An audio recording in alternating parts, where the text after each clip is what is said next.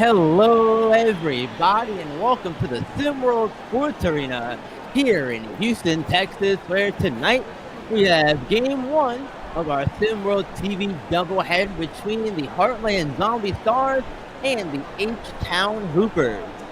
I'm B-Ron, alongside with the main man, Maestro, the most interesting man in SimWorld Hoops. How you doing, man? Nice to have you. Outstanding. Always an honor to be working with the guy who got the three-peat. He's got the most sexiest man in SimWorld, the most handsome man in SimWorld, and the guy with the biggest bank account in SimWorld, and also the guy who gave me Slicky's number. So let's go have some fun.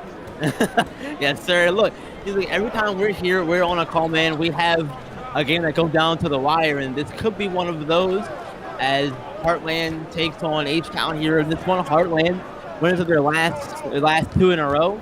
3-2 in their last 5, 7-2 on the season. Good for second in the Neo region.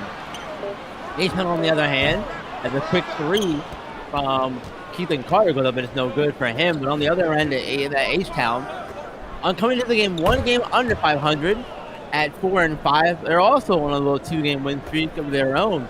They beat Storm of the East last time out, 73-50. In a game that looked to be over before it really started. They're currently 7th in the competitive Southern region as there's Almighty Soul getting himself rolling there on that. You know, this is definitely a game where styles make fights, right? You know, we have one team with a strong front court, another team with a strong back court. We have another team that likes to play in transition, to use athleticism. We have another team that likes to match it up, set up, and play. And I'm just going to say this, and oh, by the way, write this down, B-Ron, because it's something you've never heard me say. But H-Town is one of those teams that I'm just going to say they need to find a way to shoot more. They have a great team field goal percentage, and they're in the top of the league in assists, which means they make the shots they take, and they're great at passing. What's missing? Not shooting enough, and that's going to be the key for them, because if you are that high in those categories, there's no reason you should be near the bottom of the league in points per game. That just tells me you're not shooting enough. You're getting quality shots, but you're not shooting enough. Now, maybe that's a byproduct of who they're playing against. Maybe that's a byproduct of organization. Don't know, don't want to say. We're going to see. It could be something different from night to night. We know the coaching upheaval they've had already this year. Already on their second coach, UB Brown is coming in, taking over. We'll see what's going to happen. Yep, we're going to take a quick break already. Coming back for the free throws.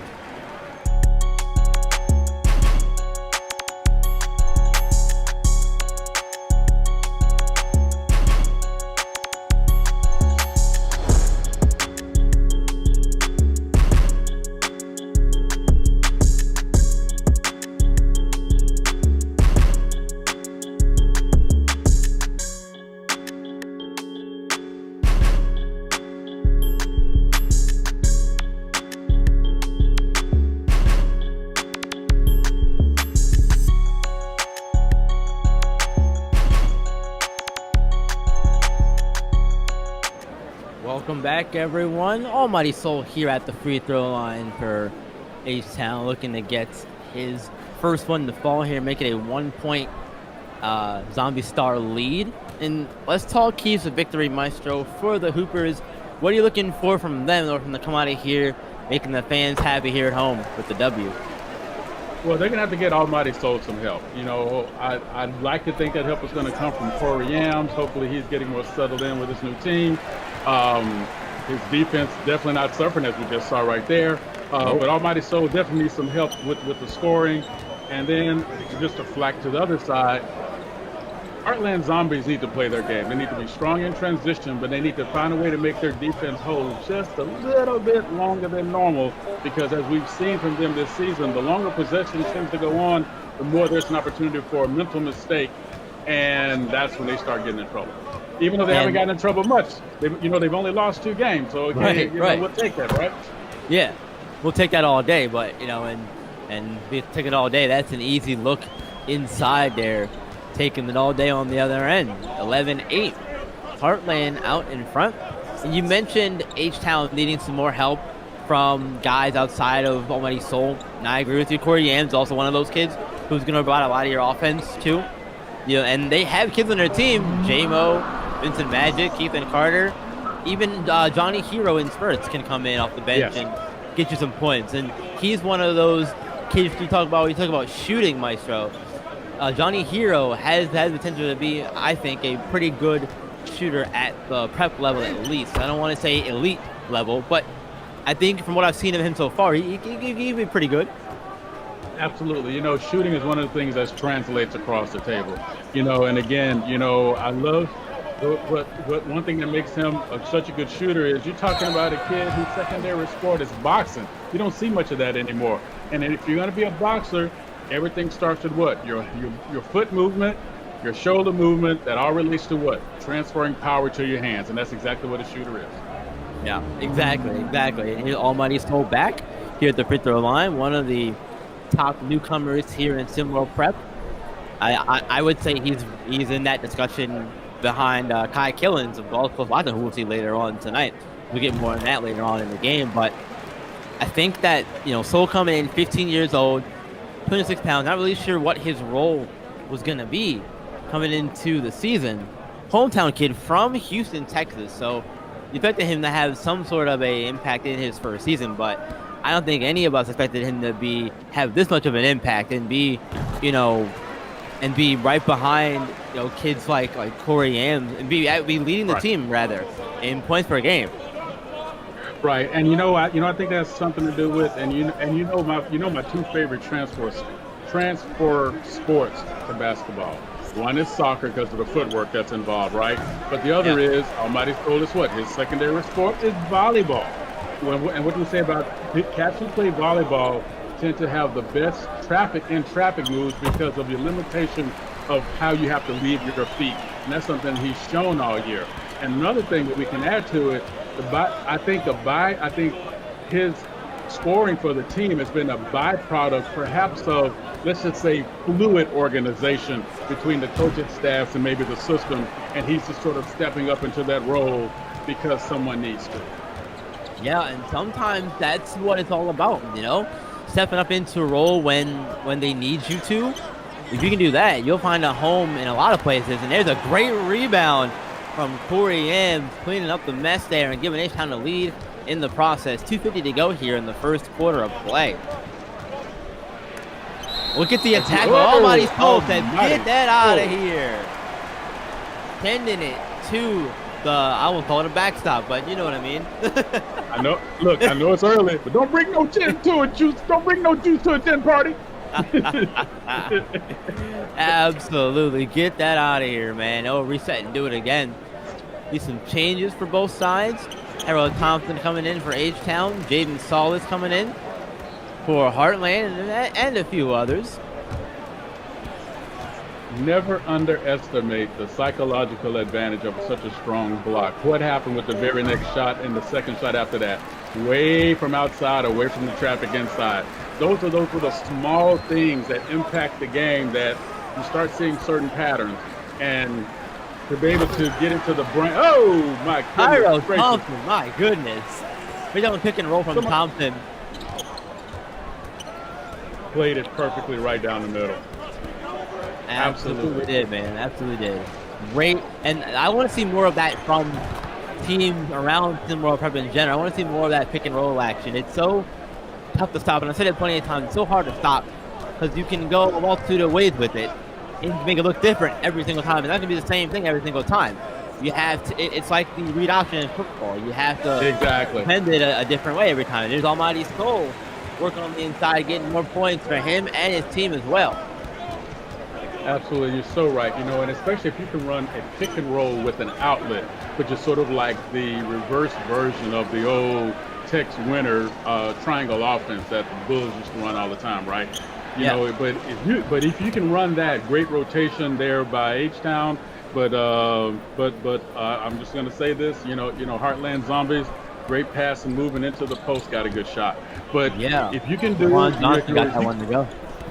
Exactly, but if you can do the pick and roll with an outlet, sort of like a funky version of the Tex Winter triangle offense, man, you will have, with today's athletes, it's like you said, it's a very hard rotation to stop. Absolutely is. And we saw Tyrell Thompson again Strong post move there. Benari James attacking, unable to finish. And we're getting down to the final under a minute to go here in the first quarter of play. And Almighty Soul with it in his hand. Now backing down Jaden Solis. Shoot out here. Back inside to Thompson. And not able to get to go there. Yeah, it was a great move. He should have followed his shot. I think he would have had opportunity for the rebound. His hands are so good. He almost got the steal there to make up for it. His hands are so good. I could see him getting that rebound for sure, but at least it didn't cost him any points on the other end. Yeah, that's a good thing. Want to keep those kind of mistakes and switch it down to a minimum if you can. 5 seconds. Soul with it in his hand. Shot up before the buzzer. Up and so close yet so far. No points. 20-17 though is going to end the first quarter. Cooper is in the lead. Come back for the second quarter here at the SimWorld Sports Arena here in Houston, Texas.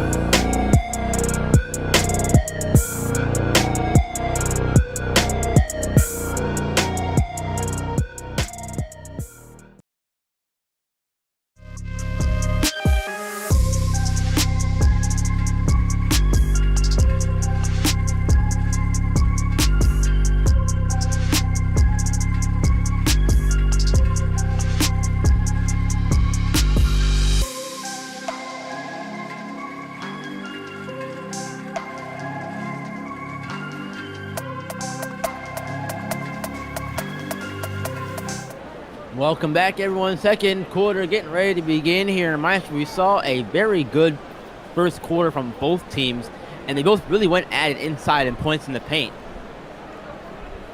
That's what you want to see. It's easy to score close, and it is to score far away. I'm just saying that's what it is, and we know that. We know that going into it, and just like I know I'm going to run out to CBS real quick because I need to get our executive producer Yale's a throat lozenge and maybe something for a cold because he sounded like him with the sniffles. We just need our man to be. He's playing hurt tonight. We need him to be 100%. Because we love him. We love him. We need to be 100%. That's all it is. Exactly right. Make sure everybody's in tip-top shape around here. That's right. Better never rest, baby. James. Right, exactly. Benari James being guarded by Vincent Magic. They move it around here. Very nice all the way back out to the top of the arc there, and Barkley fires and hits from deep. Yes, he did. Great shot, great tempo, got it in rhythm, good release. I tell you what though, as he moves to the next level, we want to see that release get a little bit quicker because you can't take that kind of time just in case somebody decides to play defense. I know that's rare now, kind of like the Loch Ness Monster and Bigfoot, but there are some teams that do play defense every now and then. Yeah, Tyrell Thompson continuing to score in the paint. Benari James looking to attack as well, passing out of his shot for McGee. Unable. What a great feed.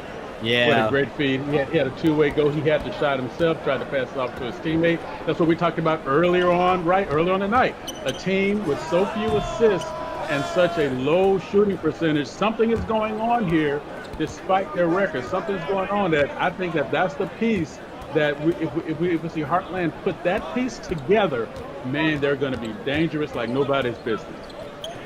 Yeah, and like you said, they've got the talent and the shooters from the outside to do it as well. Benari James, he can score from anywhere on the floor, and Barkley can score from they're pretty much anywhere on the floor too, but especially from that three-point area. The kid's a sniper out there. We saw it last season when they were with the Indy Stripes. Saw a lot of that. There's a poor pass. Great job being in the passing lane there, though. I know that was the first bad pass that we've seen, and I think it's a little miscommunication. Might not have been a bad pass. It might have been miscommunication. Maybe he thought his man was going to cut inside. He cut outside. That is the fourth shot in a row in the paint that we've seen Heartland Zombie miss. That is something that's going to hump you all day long in this league or any league for that matter. You can't miss when you're that close. Exactly. There goes Vincent Magic working his magic there. 26-20. Heartland falling behind by a little bit. Still within reach though, obviously. And Barkley James fighting through the contact, getting 2 points. The time on the floor. H-Town's going to take a timeout here. Going to take a minute here. Let you all know that you're here on YouTube watching the game here. SimWorld TV. YouTube.com/SimWorld TV. That's the place to get all of the SimWorld Hoops action, be it our games here, be it any of our various shows as well. Talking Dirty with Maestro and Dirty Shorts with Maestro, SimWorld Today, Around the Table with E-Lava and the Fat Man, or as Maestro calls him, Fun Size Boo. Fun Size Boo. And the Marsh Pod.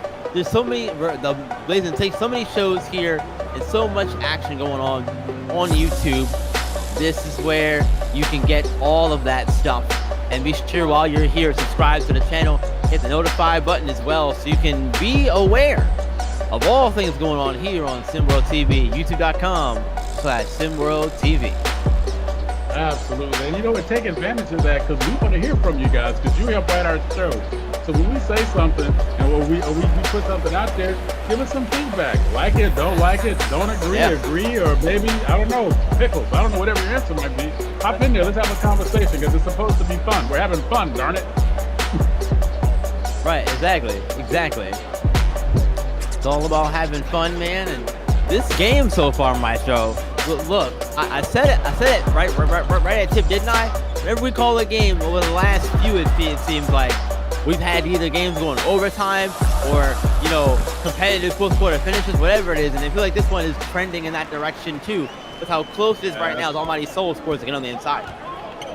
You know what? I actually looked up the record book here, the unofficial record book of Josiah James. And if we get a third overtime game in a row, that would be the all-time record in all basketball known in the known universe of commentators with consecutive overtime games. I'm just saying. I feel like it has to be, right? Yeah. But I'm going to make it official tonight. If it's it, I'm going to get us trophies and ties and matching socks. I like that. We're going to have a good time. I'm down for a good socks, man. We talking ankle socks, high socks. We talking. You know what? I think I want to try a new combo sock. That's an ankle sock and a high sock at the same time. I got to work it out in my head, but I think I got something. Yes, sir. I like that. Nice three. Yeah, Heartland's going to like that result as well for sure. As that one goes for them 28-25. Can't get it over 30 just yet. The sole shot does not go. But Robert McGee quickly the other way with it. Trying to make something happen here. Shot clock under 10 seconds now. At 5, a lot of sending around here. Got to get a shot up here quickly. Benari has it. Shot is up. Oh, good. That's AJ Blaylock with it. Interesting choice there. They kind of, I don't know if they lost track of the shot clock. I don't know what happened there, but it seemed though that they took a rush shot when it seemed like it was not necessary. Yeah, I don't think that you can have a possession like that where you run the clock down and get that kind of shot. It's not what you want, obviously. You want the better looking shots. That one is great defense from Tyrell Thompson there. Yeah. Hero with it. Magic has it in his hands. And again here, we're seeing the shot clock wind down. We're seeing it. Good defense from both sides. Last few possessions here to get the shot clock down this far and forcing a potential bad shot here. Now Thompson does a turnaround jumper and does not go, but Yams on the glass. There we go. Second chance buckets. 30 points for H-Town. Strong move right there. Corey Yams is showing his ability. Again, his footwork, what does he do? Puts himself in position. Again, that's that soccer training, man. He puts himself in position, makes a great spin rotation for a big guy. And even though he has the height leverage, he actually made a move that a smaller cat would make on a bigger guy. And you just can't, with a guy like him, you can't stop that. Yeah, right. And Barkley James with another great 3-point, and Corey Yams responding with points of his own. It wasn't 3, but it was an emphatic 2 points on the big guy, Corey Yams. It's Yam time, baby. Yams and some butter, cinnamon. Oh, it sounds delicious, man. It sounds delicious. Look. Sometimes, Look. there's never a bad time for candy yams. I'm just saying, man. Nah. Vincent Magic's going to have a foul called on him. We'll see 2 free throws coming up for Heartland as we look at Coach Brian Lovelace there. His first season with Heartland, third season in Silver Prep, career record 24-26. And Coach Lovelace coming into Heartland, a new environment after being fired from the Lakeshore Drive, his hometown team in Chicago, coming up here taking over. He's done really well for himself. Really, really well for himself. You want to see that with a coach. You know, coaches tend to teach more about life than they do about the sport, because the character that they build impacts the young people that they work with, right? Mm-hmm. Guy loses the job, losing a hometown job, no less. Able to come back from it. Great move in the paint there, way to follow through, way to run the lanes. You know, a guy who's doing that, what does he do? He keeps his head up, he keeps working, and he ends up with another great squad and having a great season so far. Yeah, absolutely. And he came in and got right to work, you know. Really getting Benari James over there was a big get for him. One of the biggest of the off-season recruiting, some would say. And there's one you gotta have, as Magic does not get the layup to go. Heartland back the other way. Second chance opportunity. They'll have one here. Tolario grabbing the rebound. James attacking, attacking, and foul called on Magic. Yeah, a lot of body contact there. You know, what you're gonna call it, right? They've been kind of calling that mostly consistent on night, so can't really say anything about that. It's what it's gonna be. You know, you got these guys, big bodies, going at each other all the time. You know, we don't know. The sound also impacts what the refs often see. You know, if they hear a lot of noise, it's going to sound like it's worse than what it really is. They might make that call like that. Yeah, exactly. Sometimes it sounds worse than it looks, which is what you're saying, basically. Yeah, the king of the flop, Vlade Divac, baby, would slap the floor. Come on now. I think he was born flop. I think the day he was born, he came out the room and he hit the table. Wow! He knew it. From that day on, he knew he was born to be a flopper. You got it. Oh, look, the 2 free throws from Blaylock fell, and they're cut the lead down to 3, but it's going to be not extended there. I was gonna call it, ready to call it, but they don't call it as it happens, right? 1 point ball game. Thanks to the speed of Benari James. Going coast to coast there. That is their game. It's a lot more fluid. It's a little less fluid when they're in half court, and we've seen that by all of the twos they've missed in the paint that were uncontested. So that's gonna, Heartland just needs to stay to themselves. You know, they've left a lot of points on the floor right now, but they're still only 1 point down. So that means what? They have a great opportunity to get something done here tonight. Yeah, they are still in this one, obviously, only down 1 point. Deep shot, and that's off. Shot clock violation with the clock here, game clock winding down to end the half. To see a shot like that be put up with the shot clock still on, and there's a block to end halftime. Couldn't miss my thought there, but it doesn't matter. We're here at halftime, and it's a 1 point, 34-33. H-Town Hooper lead. And Maestro, it's been a really fun first half so far. Absolutely, yes. And I tell you something real quick and dirty. All that Heartland Zombies need to do is, when they look at the stats from the first half, is look at how many uncontested shots in the paint that they missed that would make this game a very different game. We didn't look any farther than that. Just that particular aspect of their game alone. And I'm going to say something. I believe this type of game plays into the favor of H-Town. Nice and slow, 19 feet of mud, a whole lot of molasses on the ball, flow, gives them a chance to get set and play through. I think this game plays in their favor and going to give them an advantage in the second half. So they kind of want things to go, as they are. Yeah, we'll see what kind of changes are made second half coming up.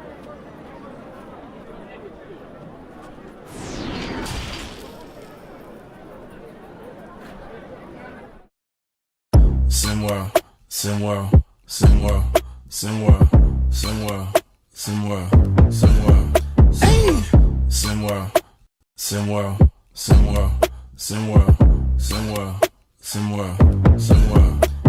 It's a place where average Joe can work on his craft and grow. Say you the new magic, yo. Well, why you ain't passing though? Better get you a basket, bro. Cause this ain't no Madden, no. This is real ball life from prep to pro. Gamar Park, this ain't no fashion show. It's the opportunity for you to be the one to shoot the three in the clip. Game on the line. They like, who is he? Must be the 2-3 or 2-4. The one twice. Coach saying do more. Scouts like that boy nice. So drive up the price. Push up the stock. Build up your name. Stir up the pot. Piss off the eye. As a player or a coach, here it is, dog. Simworld. This is your shot. Yo, yells. Simworld. You know your boy gotta get some of this, right? Simworld. Rick Blaze. Simworld. Ladies love. Let's go. I be on some ballers, trying to get my hands on a scholarship. Pretty young thing already knew my name, said she wanna try out on a scholarship. Hold up, let me PG it. Porn go past, but you know I'm gon' do it. Podcast fast, big Bob on the snacks, and you know I'm in my bag when March can't beat it. Baby, I be drippin' with my foes tipping. Shot out to the ballers, no bull like I'm Pippin. Rick Blaze hit him with the freestyle. Sim World hoops, man, them boys wild. Simworld, Simworld, Simworld, Simworld, Simworld, Simworld, Simworld, Simworld, Simworld, Simworld, Simworld, Simworld, Simworld, Simworld. And then when their lead expanded, they turned into a highlight machine, except for the problem was there was no film in the camera.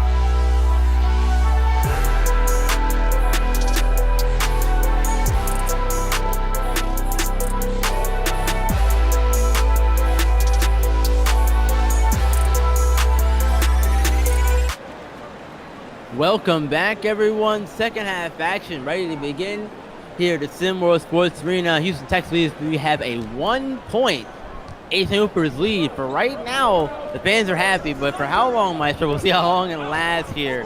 And let's just now it's any time jump right into it. Halftime has come and gone, which means that changes may or may not have been made. If you are H-Town, what kind of changes are you making as Almighty Soul gets a rim-rattling one-hander to fall for him? That's what it started to start the second half. But what changes are you making if you're H-Town to get the second half going in your favor and keep the lead, in your favor? You know what? This is going to be a really unpopular answer, but if I'm H-Town, this is the game right where I want it. I'm going to keep it right here, make sure everything is slowed down, make sure everything is molasses. That way we can get our ball movement on, because what happens seems to be late in the plays, as we just saw with that dunk by Almighty Soul. Later in the play clock, later after the fourth or fifth pass, we start seeing breakdowns. We start seeing breakdowns by Heartland Zombies defense. So if I'm H-Town, I'm going to stick to my slow game. Just keep it on that slow roll, baby. If I'm the Heartland Zombies, I would have told, if I was the coach, I told everybody, go look in the mirror and tell yourself not to miss another uncontested 2 in the paint. And don't leave that mirror until you believe what you just said to yourself. Because that alone would have probably had them up by double digits right now. Just the misses that they had that were uncontested in the paint. Yes, H-Town is playing some great D, especially down low. They're very aggressive, but they've gotten some shots off without any contestation that have not counted for nothing other than just the ball going in the air and coming back to earth. And there's a good start as quickly Benari James gets himself to the basket. And Benari is so fast, he has that ability to quickly get by you. By the time you notice it, it's too late. There are points on the board. Makes him so dangerous. Exactly. He's going to be a real asset at the next level. Absolutely. You know, having that awareness of his game, knowing that, and Almighty Soul is just doing what he's doing. You know, and you said this earlier. Now, I want to come back with you with one thing, though. Yeah. Well, okay. Well, the first thing is, I think very few of us saw this kind of offensive output from him, where it seems to be he can carry a team. Now I might be mistaken with that. If I am, please correct me. But the part 2 of this is, have you ever done the headband thing? Because I'm not knowing how I'm feeling about all these headbands out here tonight. I did. I used to do it for a little bit, and then I got away from it because of the glasses / goggles thing that I was wearing. So I couldn't rock both. It felt weird. Yeah, I got you. I'll tell you what, though. I always thought headbands were cool. So I was always the person who, you know, in the NBA 2K games, or any basketball game that matter, I'd give everybody in the team had a headband. Everybody, I don't care who you were. Everybody had a headband. That was me. That's it. Almighty Soul just put one up right in and talked a little garbage time pickup there after he got it, get a little fist pump in his man's face there. Yeah, he is really feeling it right now, getting it done. I tell you, I was on a team once that we decided going to our playoff run that everybody was going to wear headbands. The problem was I had dreads that were down to my waist. So my headband was always being really weird. So what happened was one of the cats' sister could sew, and she sewed to make me this super thick head. Now today they have those wide bands you see the football players wear. Yeah. She made me one of those to hold back my locks, man. And that was cool. I gotta say that was cool, even though it was stanky after every night. Yeah, I bet. I bet it was, but that shot was not stanky in any sort of way. If you're a Heartland fan, if you're not, of course, you didn't like that at all. But Cooper's gonna take a timeout here. We're gonna take a quick break as well, folks. Come right back rest of the third quarter. Kyrie Irving, Melo. What's up, Melo? Did you hear what Foot Locker is doing with the Week of Greatness? Dropping the freshest kicks as always. They're doing a lot more than that. Instead of using some big-name athletes and celebrities in the commercials, they're using them to do some good in the world. Are you sure? Yeah, Kyrie is me. Carmelo, of course I'm sure. I need to call Anthony Davis. He's gonna love this. What's up, Kyrie? I just heard. That's super cool they're doing that. I know. That's definitely gonna raise a few eyebrows. I'll talk to you later. Later. Yo, Porzingis, you hear what Foot Locker's doing for the Week of Greatness this year? Well, James Harden, I assume they're dropping more hot new sneaker releases than ever? Of course, but they're also using all the big-name athletes and celebrities to do some good in the world. So instead of being in a commercial like usual, they're out in the real world doing good? That's cool. Using all the big-name athletes and celebs to do some good instead of being in a commercial? Sure is a cool idea. For my name isn't Damian Lillard. Gentlemen, the open house is over. You'll have to be on your way. What? Don't you know who we are?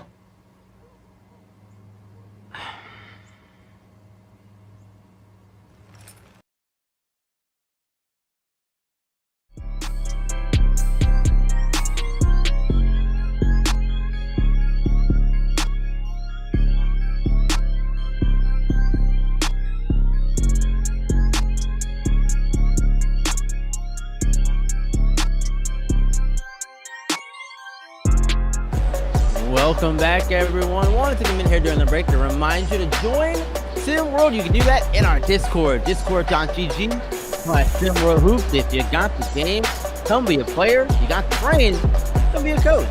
Or if you want to cheer on one of these Sim World Prep teams, come be a fan, cheer on these teams. Or, and here's something really cool, you can get behind the mic with me and Maestro, any one of our other commentary members, or you want to write articles, you can do that too. Discord.gg/SimWorld Hoops.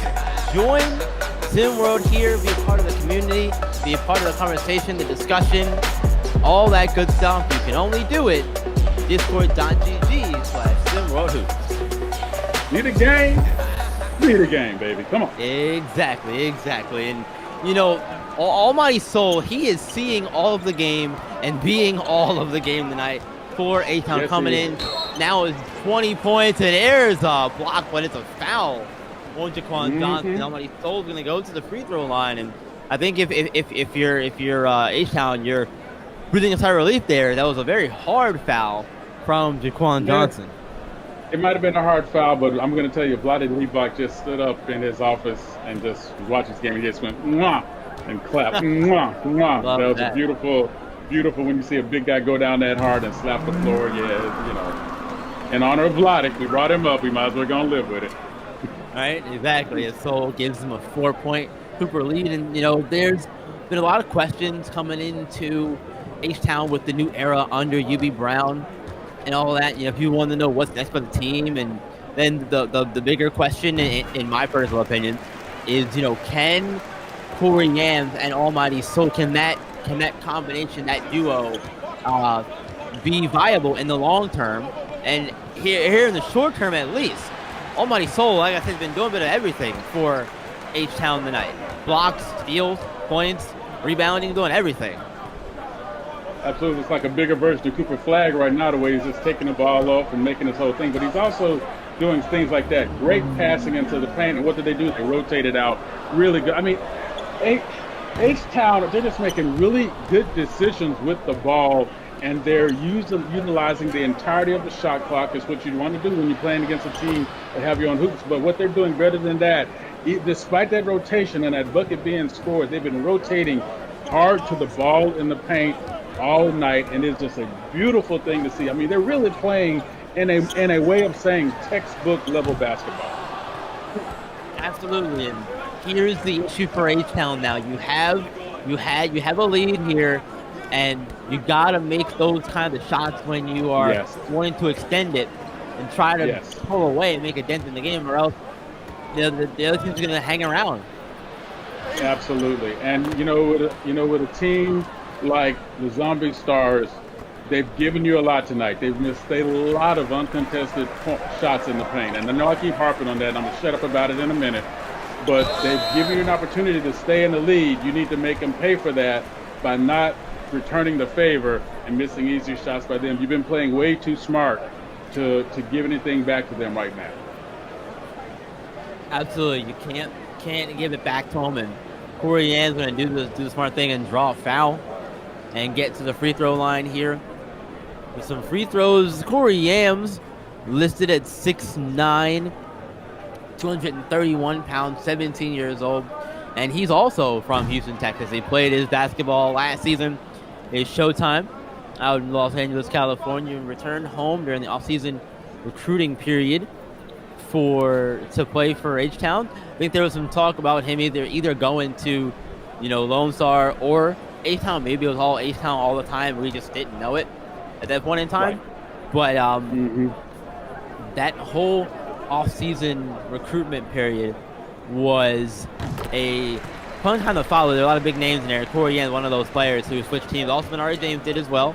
Brian Barkley. Yes. They are, with Heartland here. And how is it, Maestro, playing more in front of your home crowd versus where you were last season, coming back and playing for your home state team, especially in prep basketball too?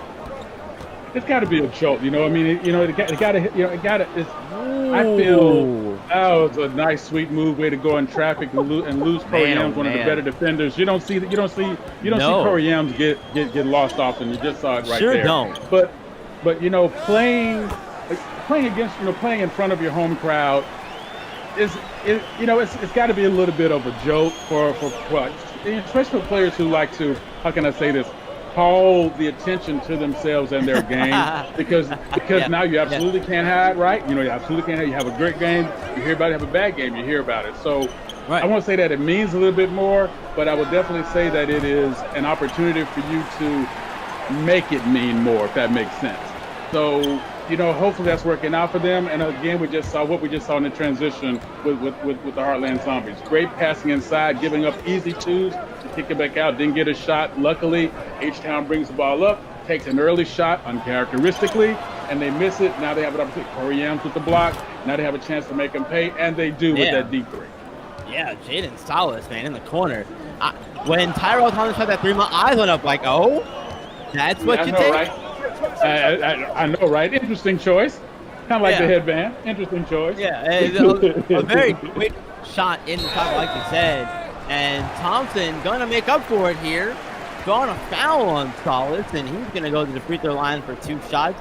Trying to, at the very least, tie the game. As Heartland took the lead with that 3 there from Salas on the last session down. Well, now, by my count, that is the 7th big man foul in the paint. It's almost as if it's a concerted effort to get that contact from H-Town. Concerted effort to make that contact as they're moving toward the basket. And I see that he's not a fan of the slew foot free throw shot as we saw with Corey Yams, which you see, you see a lot of big guys go to that because it's called the X platform. In terms of there's actually a technique taught to especially big guys to make them feel more balanced, to make them shoot more inside during their frees. I don't know, should they doing their free throws? I said frees like everybody, knew my terminology there. I do what you meant. But you sort of see this thing amongst bigs where a coaching technique where you have the player kind of go as if they're trying to stop their skiing down the slope, so you cross your feet over. And that makes you sort of pull everything inside. And a lot of people tend to do that with bigs.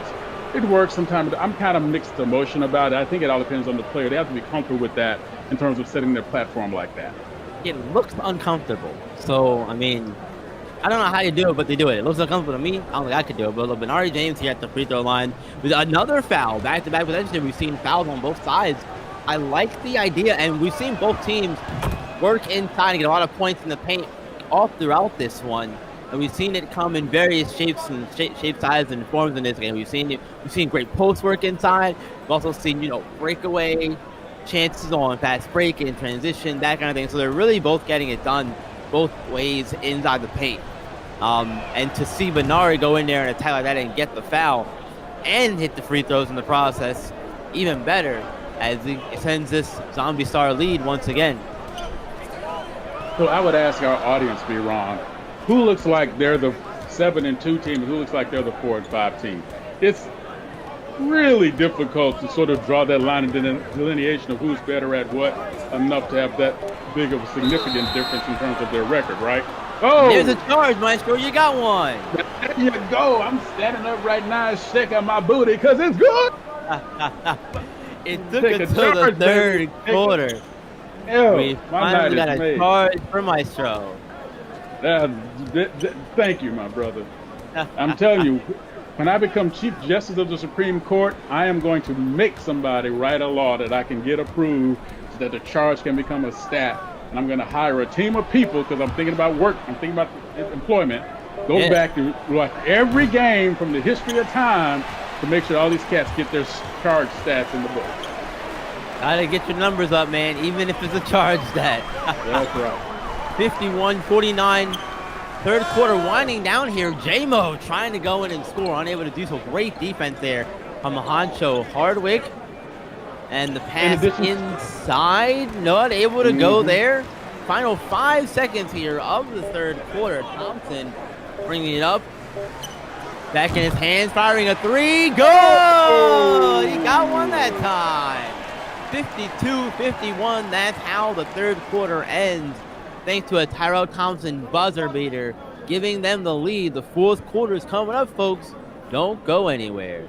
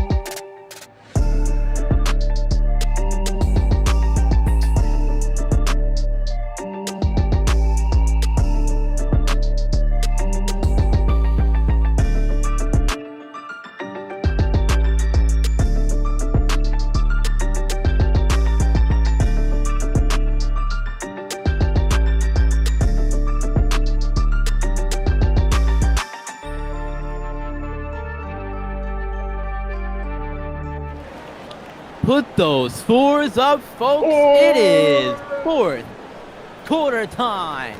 52-51. H-Town is out in front by 1 point. We said it before we returned to halftime. For how long? They held it for a little bit. It went back and forth in that third quarter.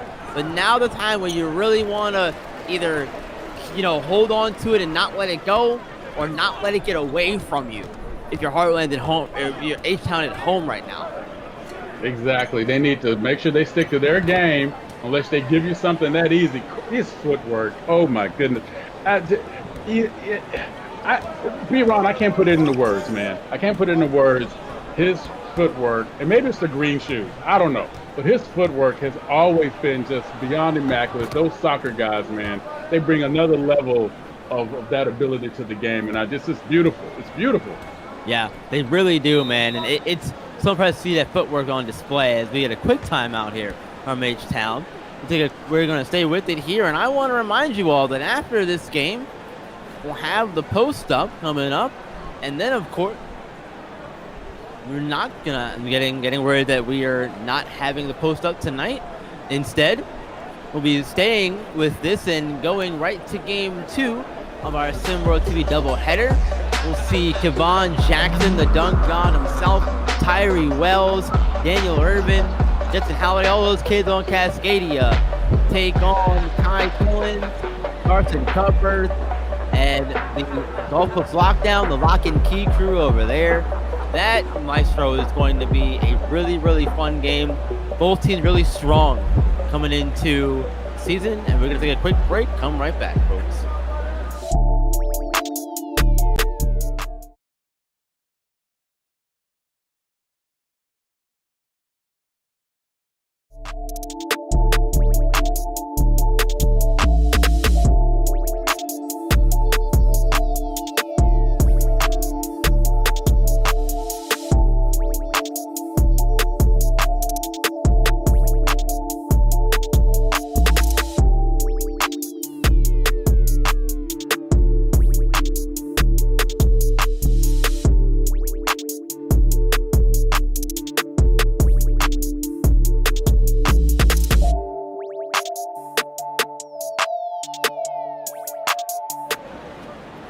Welcome back, everyone. 1 point lead here for H-Town. Before the break, we were talking about how they can hold on to it, and coming out here, we're now in the fourth quarter, Maestro. We knew we talked about in the halftime adjustments, what kind of changes we're making, that kind of thing. But here in the fourth quarter, with the lead where it is for both sides, are you making drastic changes now, or are you sticking with what works until the final few minutes of it? When do you know it's time to even consider making a change in a game like this? Or is it just a constant all the way through this final quarter sort of thing? I think you got to know your team, right? I think you have to know what type of team you have, how much information can they take, understand, absorb, and also actualize on the fly, because there's not a lot of time. 8 minutes goes by quick, family. That's just what it is, right? Yeah. So if I got a group of guys with super high IQs and able to relate to the game and understand the flow and can follow those instructions, fine, I'll go for it. If I have a group of guys where there needs to be something solid, I'm just going to find what works for the team, and we just have to go to that all night long, because I don't want them to not be in a comfort zone this late in the game. So I need to find what works, and let's just do that. Yeah, absolutely. A little scrum of the ball there that got poked loose by Benari, but it's going to stay with H-Town as we'll get a change of the guard here for Heartland. B-Ron, you were a sweatband guy too, weren't you? The wristbands? Yeah, double wristbands. Yeah. Double wristbands, absolutely. I could see that. Wristbands, headbands. I didn't wear sweatbands. No? I didn't wear sweatbands. I didn't wear sweatbands. As a matter of fact, in baseball, I didn't even wear batting gloves. Oh, I had to wear batting gloves. I was notorious for turning my hands up, man. I just think something's wrong with me, and I just keep proving it every night I talk about myself. That's scary. That's what's scary. No wonder my mom was worried. About me. Hey, look, everybody's got their own thing, and if it works for them. You know what I mean? I even had the number wristbands too. Oh, yo, you were fancy. You were fancy. Yeah, those are so cool. Those are so cool, like man. it. Well, look, here's another cool guy, Almighty Soul. 808 jumper, Almighty unable to get it Soul. to go for him. He's had a great night, and Corey Ames in his own right, 11 points, 9 rebounds, 1 double-double alert here. If he can get one more, grab it. And I tell you something, H-Town, a little physical underneath. I'm surprised that wasn't called because he definitely displaced the guy. You saw the elbow extend. Normally that's an automatic call. I guess right now we're gonna let the guys play. And my mom. Oh, by the way, happy birthday, moms! I gotta say happy birthday to my mom today. She would have loved. She would have loved seeing all that physicality underneath. Yeah, man, my maestro, bro. I tell you, everything that's wrong with me, she'll say it's my fault. Everything that's good about me ain't her fault either. She'll tell you what's up. Well, we got Tyrell Thompson here at the free throw line, who took a 3 to end the third quarter, and it went in. And he was coming into the game shooting a perfect 0% from deep. Not anymore. Not anymore. Now he's improved those numbers. So, you know what I'm telling you, wearing those Uncle Ruckus basketball shorts, they pay off, baby.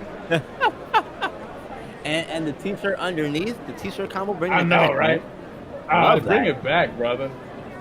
Bring it Were back. you a t-shirt guy? You know, B-Run, I'm getting all in your business tonight. Were you a t-shirt guy too? It depended. Sometimes, yeah, it was. If it matched or if it was a white, then yeah, sure. I got you. Most times, and I think because of who my parents are as people, I feel like I remember vaguely definitely being a t-shirt guy because they were like, it's cold outside, wear a t-shirt underneath the shirt. I'm telling you, bro. I'm telling you. Tyrell Thompson, man, caught the pass, beautiful finish on Run the down inside. the lane, Like, almost run to the rim, turn his hand and palm it with the one hand.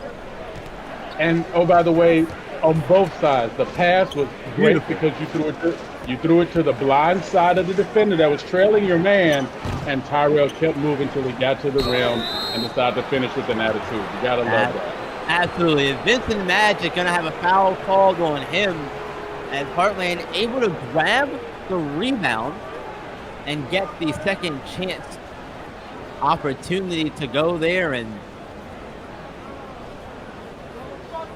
now look, it's just another chance for Heartland to cut that lead to 2 with the free throw. As you see some subs coming on for H-Town. Heartland wants to keep it here. They have the horses for 3 points is nothing for them.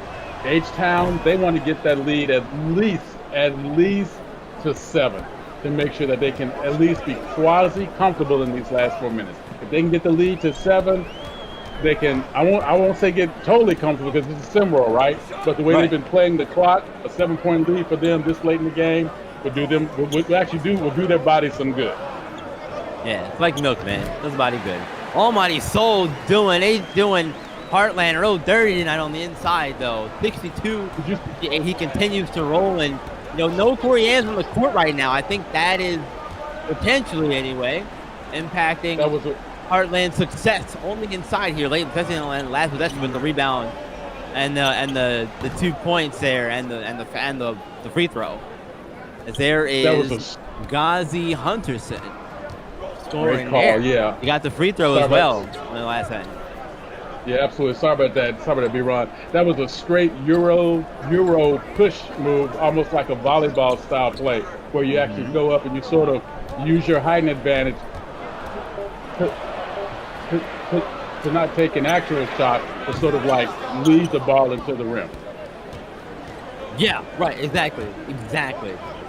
And here's Heartland back the other way with it. Only down by 2 here as we get very close to 2 minutes left here in this one. Great defense, but it doesn't matter. Oh, boy. Poncho, Hardwick. Oh, boy. Wrong move inside. And we have a tie ball game, ladies and gentlemen. Oh, boy. 62 all. We're going to take a quick break. Everyone come right back.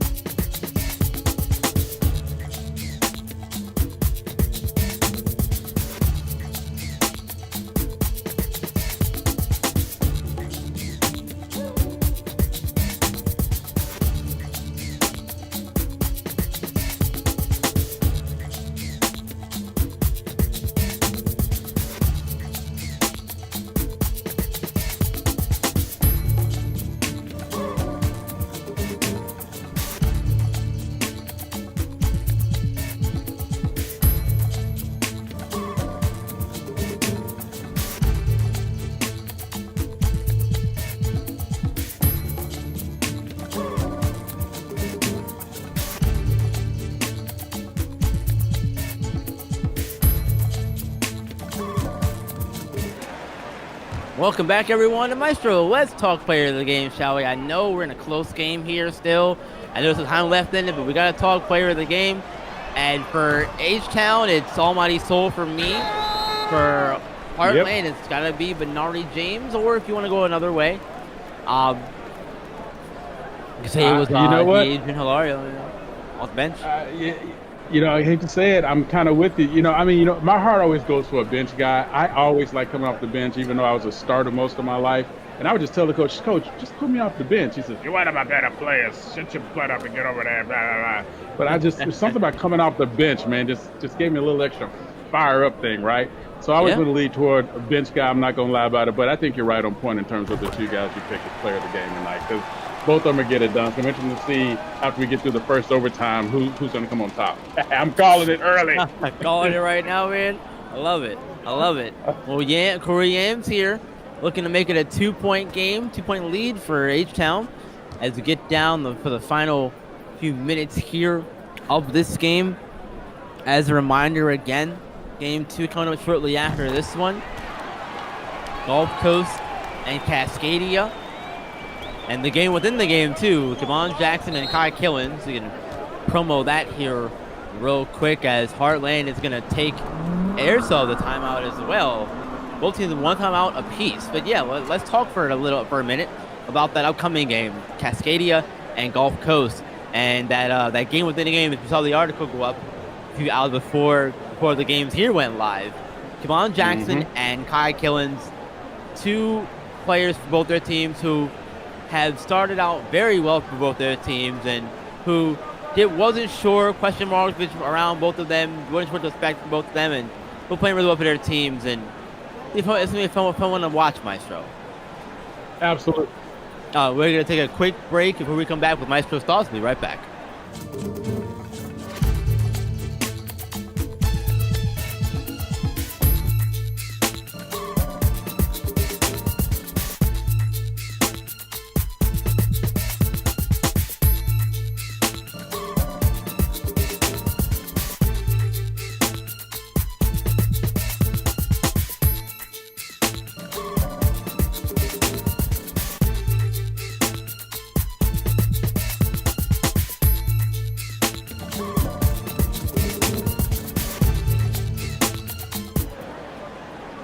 Welcome back, everyone. But yeah, Maestro, let's get back to that real quick.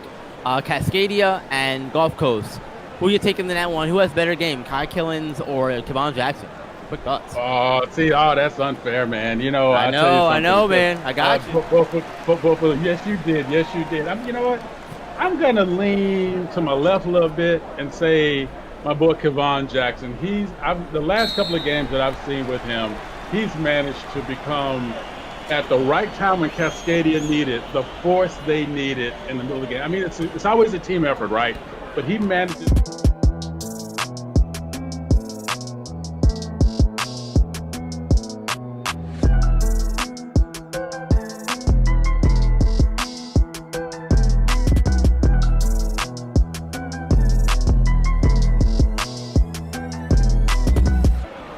Welcome back, everyone. Had a bit of a possession arrow mix-up there, and Heartland is going to have the ball back in their favor. A mix-up there of who actually had the ball.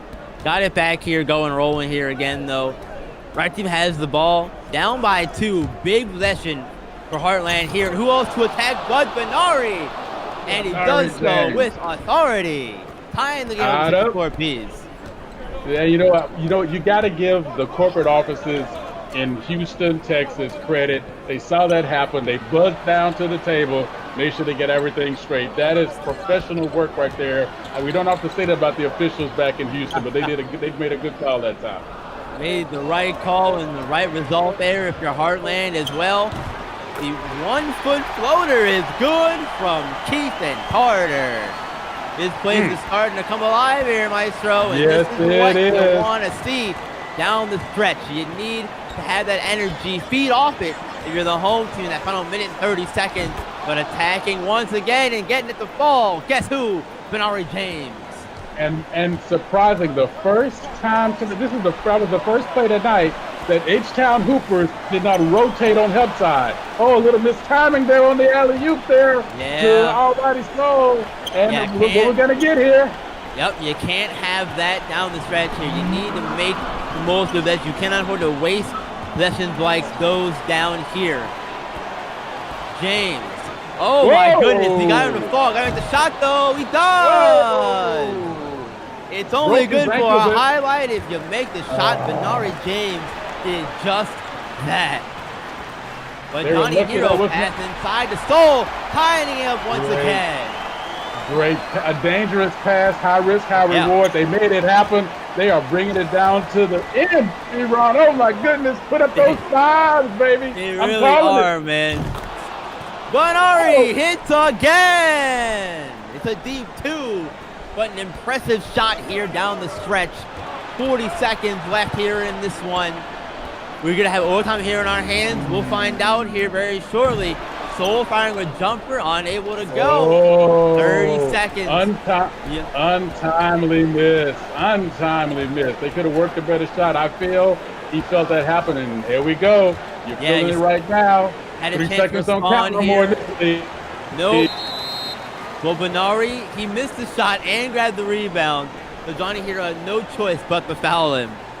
And they'll get one more here before free throws come into play. But boy, oh boy, what a tough possession that was, as Thompson in a foul on the inbound. So here's the free throws for Heartland.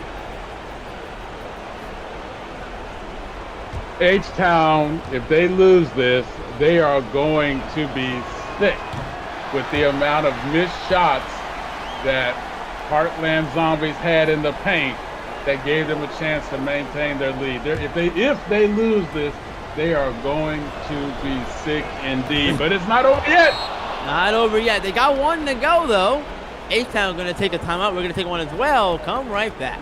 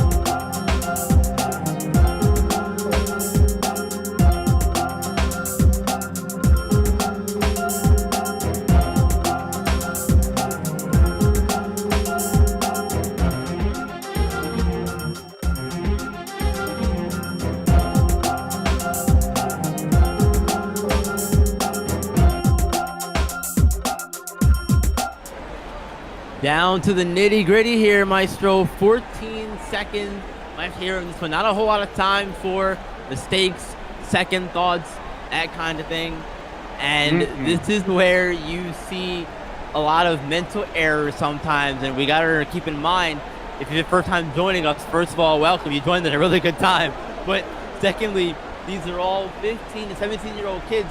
So I think you're going to see a lot more of those mental errors now at this age than you will as you get further up and older into your college career, your professional career, that kind of thing. So how do you think those kind of things are going to impact this final few moments here, seconds of the game? Well, right now, I'm just going to say this. If I'm the coach for H-Town, I'm looking my players in the eye and say, let's get a good pass out. Let's get if we can get a good 3 right off the rip, let's take it. That way, if we miss it, everybody crash, or at least 4 players crash. If we miss that early 3, we try to kick out for another. We don't save it for the last 3 to tie. We want to get that 3 off as early as possible if we can get that look. And then that way, if we make it, now we just got to play hard-nosed defense. There we go. Working it down in the post. Almighty early Soul got the 2 points, but the problem is they got to play the foul game now, Maestro. It's 70-71, and you have to foul, and that's not what you want to do here at all. Is to Jaga Hilario and go back to the free throw line once again, and these will more than likely be a chance to put the game away or at least make it a little bit easier, because now H-Town doesn't have any timeouts and they get the first one to go. That's huge. Absolutely, 100% huge. Now with no timeouts, that's what made that call a little bit. He missed, and that is going to probably, well, hang on, couple seconds here to win the game. No good. Oh. The final shot does not fall, and H-Town falls in this one at home, 72-70. They fall to 4-6 on the year. 2-game win streak is over for them. The 3-game win streak now for the Zombie Stars. For Maestro, I'm B-Ron. All people in the truck working this thing. We'll see you here in game 2 coming up very shortly, guys. Don't go anywhere. Stick with us.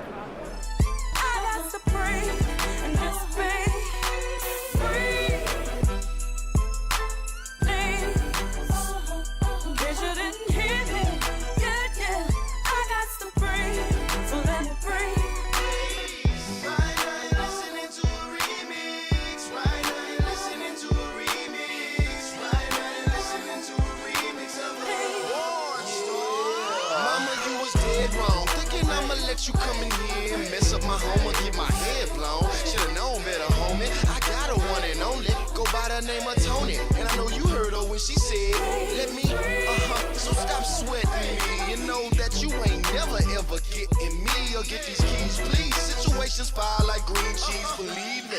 When I say I'm never leaving. Got it. Happiness to heal. I got fire. Yeah, she got the best. That's right. And he knows whatever he wants, then I'm with it. And he knows the perfect place to come get it. Yeah. And he knows that every woman should me. Fall back and just let me breathe. Just to breathe. Get the hell out my face. Please. Give my little mama a space. I got all of me. And that goes deal for me. Breathe. And just breathe.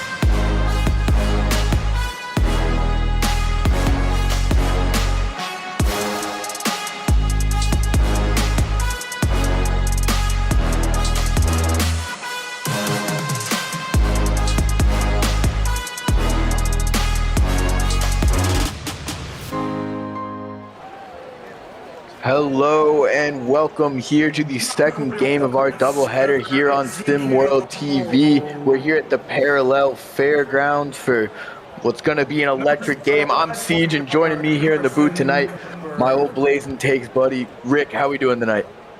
Man, it's good to see you. I am doing fantastically well. Thanks for asking. Ready to get the show on the road.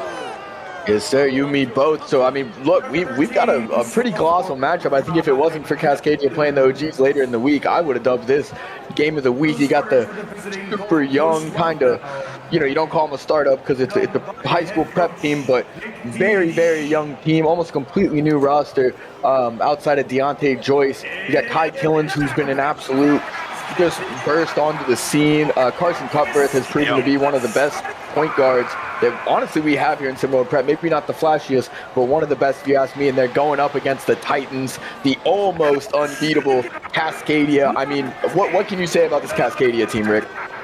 Hey man, they're clicking on all cylinders. All of their players have played their role. They looking like they have four. They're looking like an all-star team.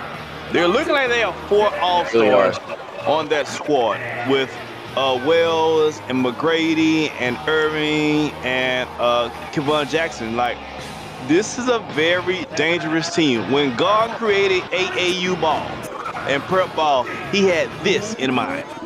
And don't forget about that 7-foot, 15-year-old Jason Holbrook. He has been an absolute impact for this team, but I couldn't agree more. And Rick, I don't know if you remember, but we were running through our team previews back on Blazing Takes, and I said, and I think you probably agreed with me if I remember correctly, this kid Tyshawn McGrady, it was the most overlooked part of this Cascadia roster, and in the past few games he's been showing out. Actually, I didn't agree with you. Well, he's actually surprised. You should have. You should have. Yeah, I didn't. I didn't. I'm not gonna lie to you. I didn't quite agree, but hey, he has an opportunity to do what a lot of ladies do when they find out that man has a nice car outside. He has an opportunity to change my mind. Well, hey, if he keeps up the way he's been playing, and look, it's almost crazy because you don't expect surprise players on a team that have so many other guys kind of showing out. You expect surprise role players maybe, but not a guy who comes out and, scores 30 in a game out of nowhere. I mean, again, let's talk about how deep this Cascadia team is. You got four guys, the four guys you mentioned, scoring in double digits every game, and then you add on Jason Holbrook, scoring 9 a game, about 7 rebounds, 2 assists on amazing field goal percentage, great defender. This team is the all-star team of SimWorld Prep. You could almost go ahead and say. I don't want to go too far out there, but there's a lot of prospects here, and something tells me we're going to see Power 5 conference scouts at pretty much every one of their games going forward this year. That sounds about right. This time we got Gulf Coast Lockdown, what they call themselves, Lock and Key, led by Kai Killens, and this is a very exciting young team that's going against Cascadia tonight. Absolutely, I love watching them play. We're going to get tip-off here. Cascadia wins the tip. And Rick, they're young, but it's almost sensational how well Coach Heesh has come in here, and they play together so well. And sure, you could attribute it to a lot of things, but they came up with the whole Lock and Key moniker for themselves. They've got this incredible team mentality we really don't see everywhere in high school basketball. Yeah, Coach Heesh got these boys believing in the system and believing in themselves, which is more important. He came in talking good cash money for the 9-9 2000. It's a good thing he is in Louisiana. It's a good thing he's backing it up right now with his guys. Absolutely. Carson Cutbirth is going to go inside on the much bigger Tyree Wells. Gets swatted. Yeah. I like Kurt Cutbirth. He has a lot of heart, but that doesn't look like a lot of brains right there going against Tyree Wells. And he is usually one of the higher IQ players on the floor, but I could agree that was not his best move. I guess you got to just see it for yourself. Sometimes you got to just touch a fire. You got to feel that it's hot. Oh my! That's a good shot. Pull up. And that's one thing. Kai Killens is a very interesting prospect. He's incredibly talented. We're looking at a guy averaging 17 a game on 50% shooting from the field and 40% from three, which is really very good. And we're talking about a guy who just got here. He's a crazy prospect, but what's most interesting to me about his game, that little mid-range pull-up he has over a defender, whether it's a fadeaway, sometimes he'll back him down. You don't see that from guys this young at all anymore, really. So it's really impressive. Absolutely, and I think that's why he's so successful at it, because guys his size at that position are not used to guarding a guy in the paint, because guards/wings don't spend that much time in the paint or not that successful in the paint, and Kyle Killins is. That's just a smart basketball player learning a smart basketball skill to take advantage of. I dig it. Absolutely, and I mean, he's listed on this roster at 6'5", but it looks like he might have grown a little or something, because that's not a 6'5" kid, Rick. That's a block, though. That's for damn sure a block. Deontay Joyce with the rejection. Great defense. That's really been this team's calling card. Their team defense. Everyone kind of, like you said, they bought into this system. They're locked in, lock and key crew. They call them that for a reason. Their defense, team defense, is really, I think, what they kind of lay their head on. Yeah, absolutely. I think they lay their head on team ball, period. I think when they need a bucket or need a go-to, they can go to Kyle Killins. But I like the way Kilberth runs his offense and hits his guys in their correct positions, in the right position to score. Oh, that's not going to help out your lock and key moniker, though. Not letting him go to the board. Not to part those red C's like that. Somebody forgot to lock the door on that one, I'll tell you that, because Kevon Jackson just soared through the lane with no resistance. Over the door. He jumps over the door, that's why. Locks don't work if you go over. Yep. Oh, Tyree Wells, big body inside. Just absolutely abuses Cyrus Jackson inside on that one. And it is crazy. We talk about Kyle Killins. We talk about a kid who, I'll say it again, sensational prospect. He's going to be getting looked at a lot already, even though he's got a couple years left. He's already got big Power 5 schools in the state of Texas looking at him. Oh, my God. Yeah, I'm sorry. I'm just marveled at Carson's inability to see a guy that's 7 foot tall playing him. That's hard. Yeah, that's hard. I mean, he's a big time player, and I think the scouts have seen that. They've noticed that, and they want to keep him close in the southern region as possible. So those schools gonna want to come knocking on the door really quick about this recruit. And we're gonna take a quick break. We'll be right back.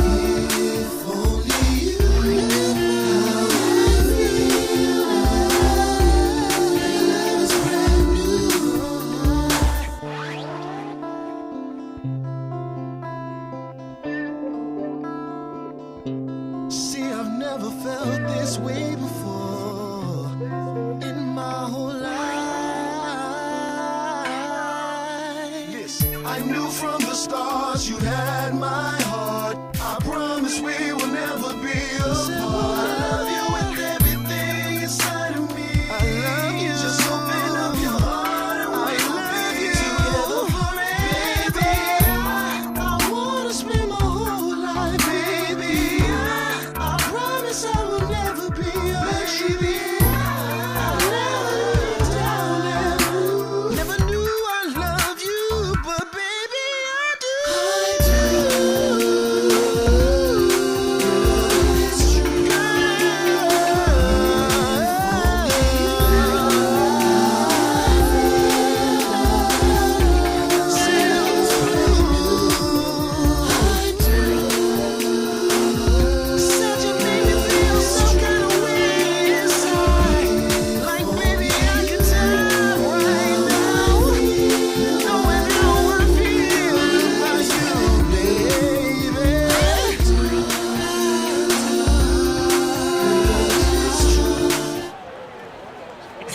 And welcome back here. We're at the Parallel Fairgrounds, Cascadia, with an early 4-2 lead. Low scoring game so far.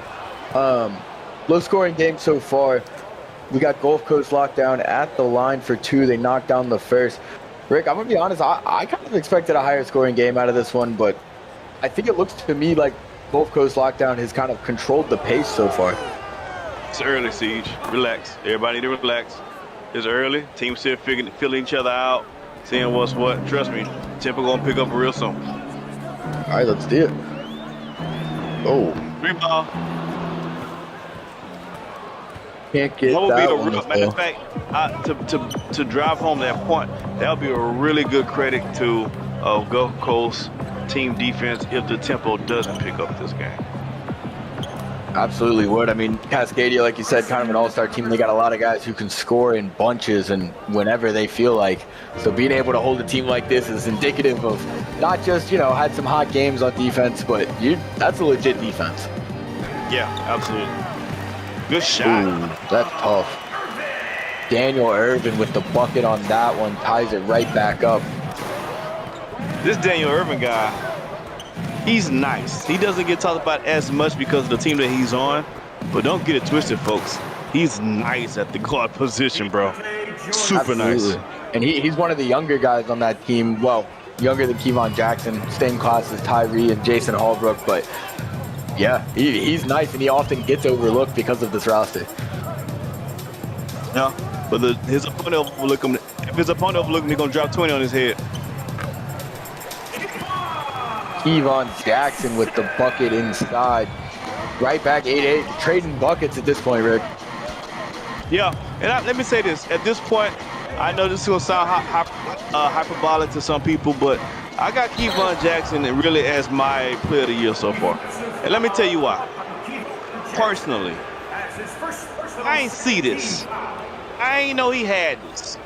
Last year, I ain't see all this. I wasn't buying none of that dunk guard hype last year. I thought he was I thought he was a phenomenal dunker. That's it. So either I was blind and now I see, or he's really worked on his game. Either way, he's earned Player of the Year honors for me so far this first part of the season. I mean, I couldn't agree more. You come into a new situation with a lot of talent. People were speculating that maybe he was really just a product of Japheth Towns, who that's not a crazy take. Japheth Towns is that guy, but we're seeing it this year. I mean, Kevon Jackson is also that guy. He's proven it. He's coming, whole new team, and really made it his own. He's the star of this team. He's the leader of this team, and he's going to get looked at it as such. Yeah, he doubled down on himself, and it worked. Sometimes you just got to believe in yourself. Sometimes you just got to believe. All of the time. I like. See, that's why I like Carson. That's why I like Carson. He gonna stick his nose in there. He's like a little He's like a little chihuahua that doesn't know he's only 4'2". But he's just gonna stick his nose in there. He's gonna bark. He's gonna crawl. He's gonna really get on your nerves. He's not gonna hurt nobody, but he's gonna really get on your nerves. Absolutely, Chihuahua. He's a Rottweiler. That is Carson Cutler in a sense. We're gonna take a quick break again. We'll be right back.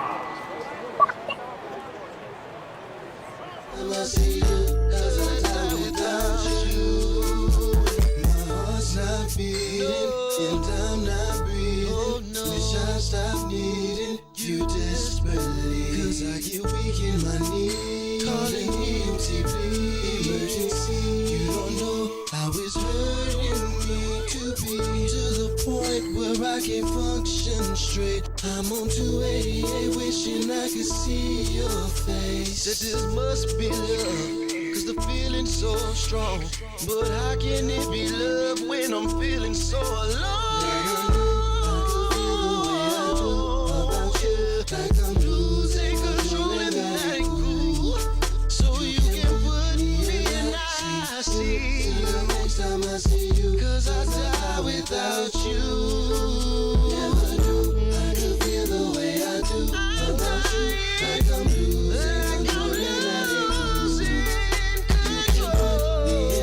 I see you till the next time I see you.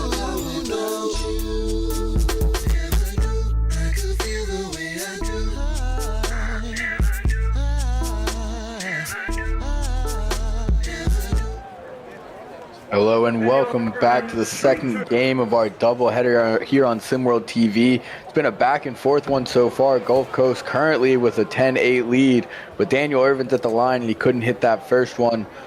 Gonna see if he can maybe hit the second and pull them within one. But so far, this game's been everything that I kind of expected it to be. Got both teams playing hard. Carson Cuthbert getting in there, being the little pit bull chihuahua he is. I mean, we're seeing it. I'm waiting to see, Rick.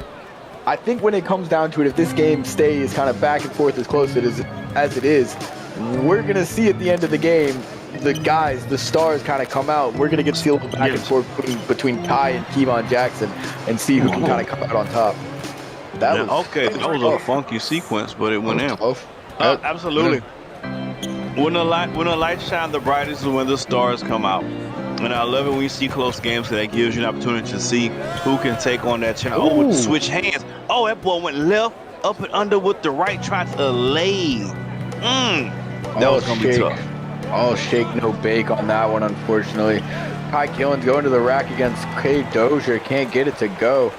K Dozier was on this Cascadia team last year, played next to Arthur Lattimore in the front court most of the time, has come back. Really good defender, great rebounder. Some teams will come knocking for him at the next level. He's one of those glue guys that does a little bit of everything. You saw a good defense he played there on Kai Killens, which is really good because Kai Killens, as well as that great fadeaway he has, he's also really good at drawing fouls. But you see that fadeaway, I'm telling you, he has a young Dwayne Wade type of game. That from the free throw line down, you're in trouble against this cat. I love that comp. Got a little size on Dwayne Wade, but I love that comp with the way he plays. Yeah. Of course, he's not doing. When you say that, it sounds crazy to say it, right? So of course he's not doing what I'm saying. His playing style. Not yet. He could. I mean, he could be, but not you never know. You never know. It's lofty, but we'll see. Gulf Coast running out of time on this shot clock. Gonna hoist a three, can't get it to go. There's K Dozier on the board again. He's gonna push it up himself the other way. And on the fast break, they're gonna stop the ball. A little funky turnaround, can't get it to go. I'm sure that wasn't a play to coach Drew up at all. Probably not. You want to take some time off the clock with that position. If you was Cascadia, my man got really excited with the basketball in his hands and he just lost his mind for a second. It happens to the best of us. That it does. Sometimes you just gotta no man's land. I told y'all, from the free throw line down, you're in no man's land with Kai Killens. It's not looking good for you. Absolutely not. Can't say that about a lot of guards. 16-13, Gulf Coast lockdown leads Cascadia here at the Parallel Fairgrounds. We're going to take a break, and we'll be back for the second quarter here on SimWorld TV. So far, Gulf Coast locking it down. Still waiting for a big smile out of you. You're up 2-0. What's the story? Are you not happy, or you're only half happy? Or Still to be happy about. You're up 2-0. Job's not finished. Job finished? I don't think so.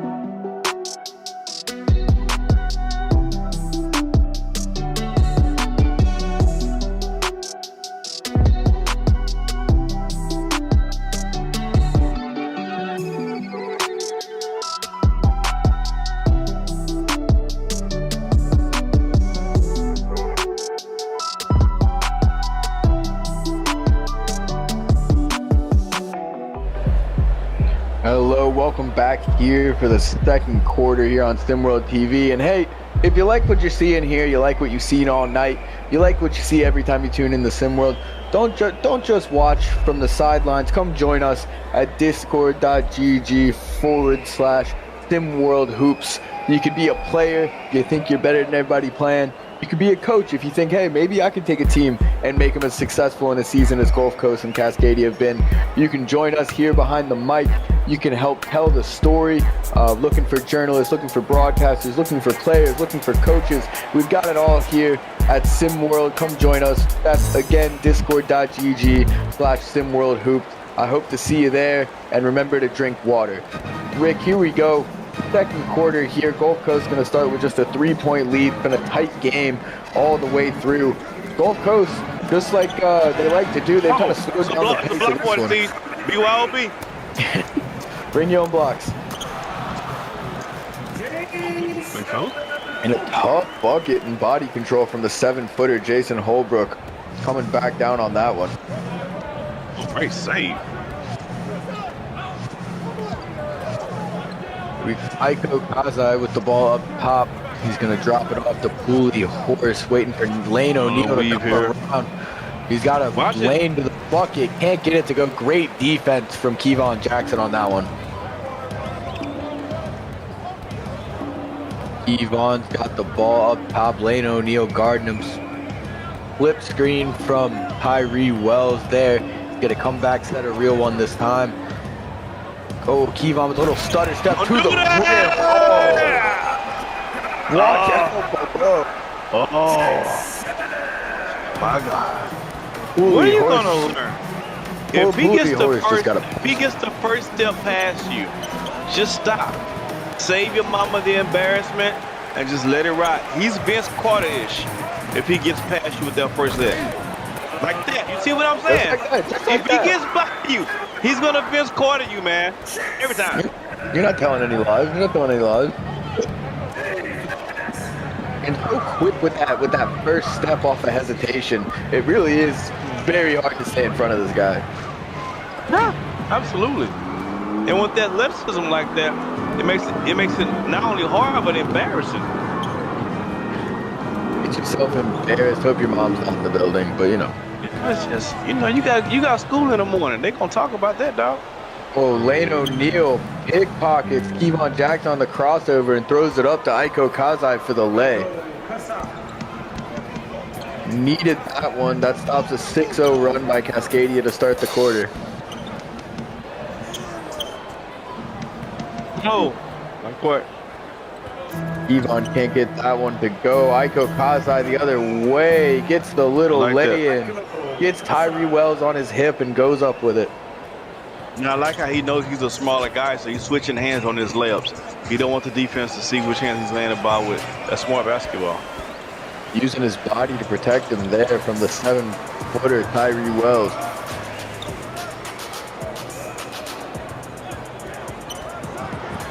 Aisha McGrady off the screen. Tyree Wells who kicks it back out. Justin Holiday. Hey, it's unconventional, but it worked.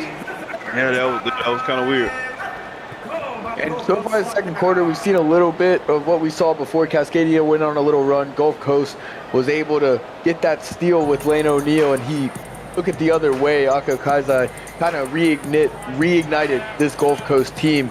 And here we are, 1-point game. It's been very back and forth.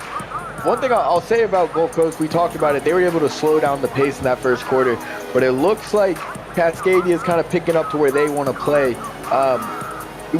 Can Gulf Coast kind of handle that? Are they going to be able to play along with that? So we're going to find out. I don't know.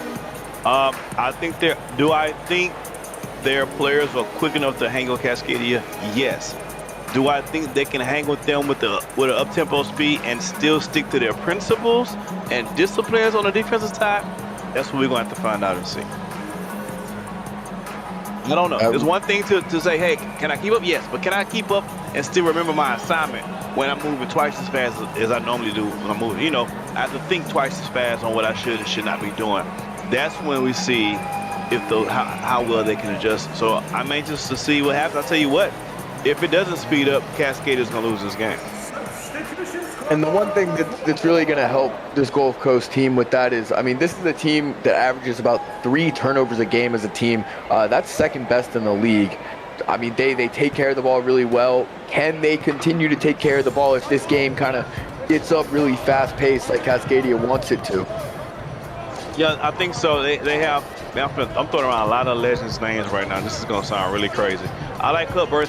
He handles the ball. He protects the ball like a John Stockton would. Like, he's not gonna turn the ball over. He's gonna make good decisions with the ball.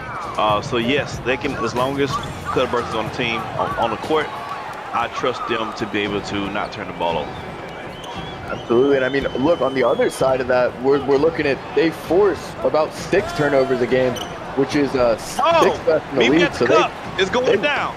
They win that turnover battle 9 times out of 10. Yes, absolutely. But this is what they want to do. Play defense on one side. It leads to a fast break, easy bucket on the other side. That's what Gulf Coast will love to do every possession down if they can. Lock and key crew, or they call them that for a reason. Pass over to Holbrook, coming off a down screen on the wing. Nice Sean McGrady with it up top. Gonna take the pull up mid-range, can't get it to go. No, come the other way. Ezekiel Bull with the rebound there. He's gonna take it coast to coast, but can't get it to go over Jason Holbrook. Yeah, he was bullish in his attempt. It just didn't fall. Sometimes you just gotta take it yourself. Step back. Oh. Step around. It stepped on. That ball went from step back to being stepped on. Oh, 3 ball. Evon Jackson gets the 3 to go on the second chance attempt. Gulf Coast with it back on the other end, down. Ball over to Deontay Joyce. Joyce is gonna face up against Tyree Wells. Cutbirth coming off the down screen, gets it to go. Pow. Big shot by Cutbirth. Now, you know, that's one of those. He has one of those complete games. He's a pure point guard. He does know how to shoot, which makes him a dangerous guard. Stays composed. Oh yeah. Sometimes I dream he is me, like Mike. If I can be like Mike. Well, looking like Mike in the air right there, man. Come on, and 1. Rick, I didn't know you had such a beautiful singing voice. It's terrible, but at times it can be good. Sensational. That was sensational. Thank you very much. I appreciate you. Checking them out. If it's not good, that song is your song then, because whatever you're doing there works. Tyshawn McGrady. Siege, you make the girls bring their milkshake to the yard, don't you, Siege? And they always say that it's better than yours, but I do what I can.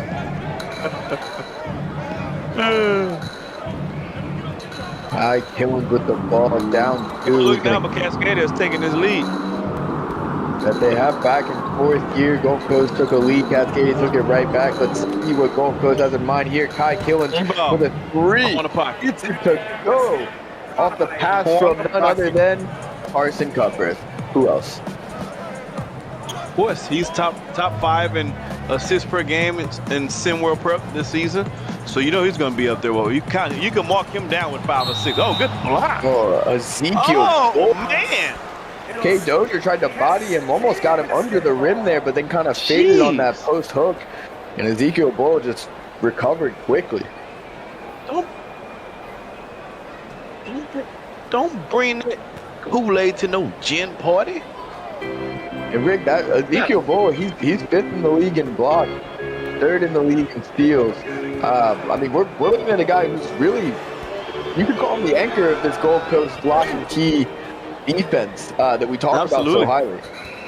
Absolutely, 100%. He can definitely be considered anchor of this defense. They play really good as a team, but a guy like him can hold his own one-on-one, which is oh my God. Six. Did he die? That's a song. Did he die? I don't. Maybe not physically.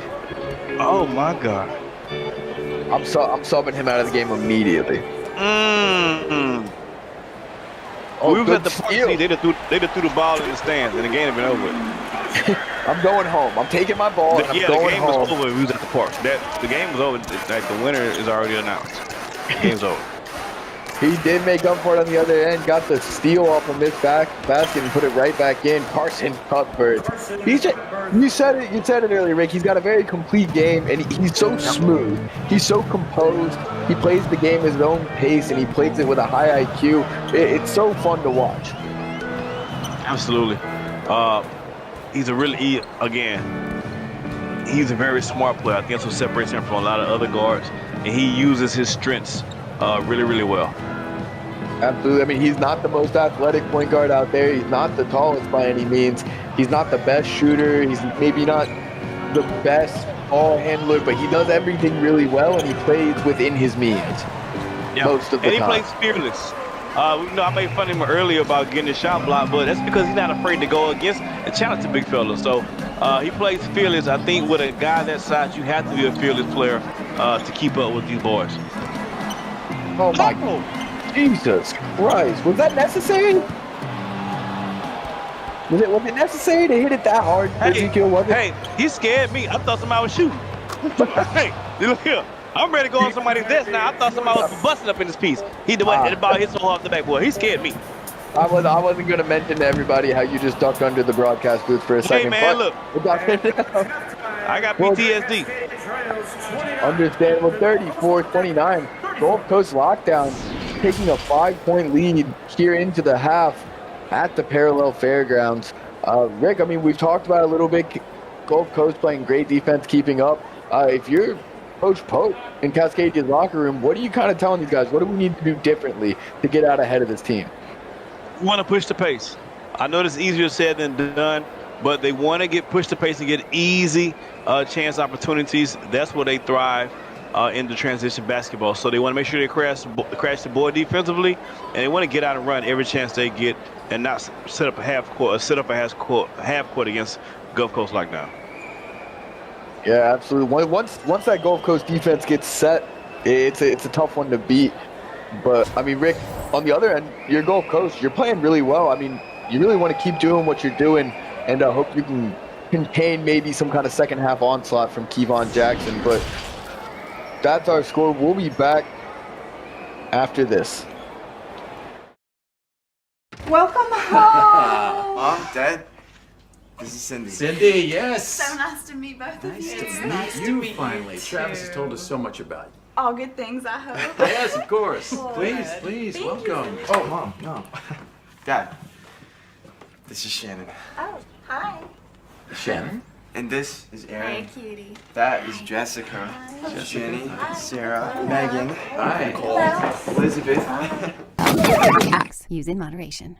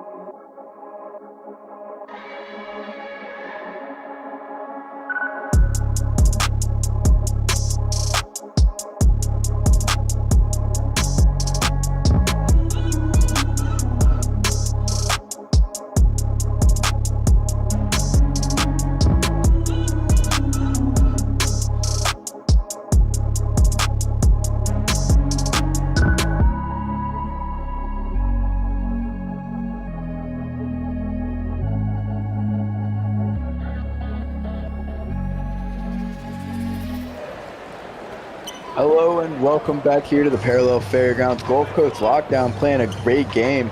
Been able to control the pace most of the way and come out here with a 5-point lead. What are we looking for? We talked about it a little bit before half, but who are we looking for more specifically here in the second half?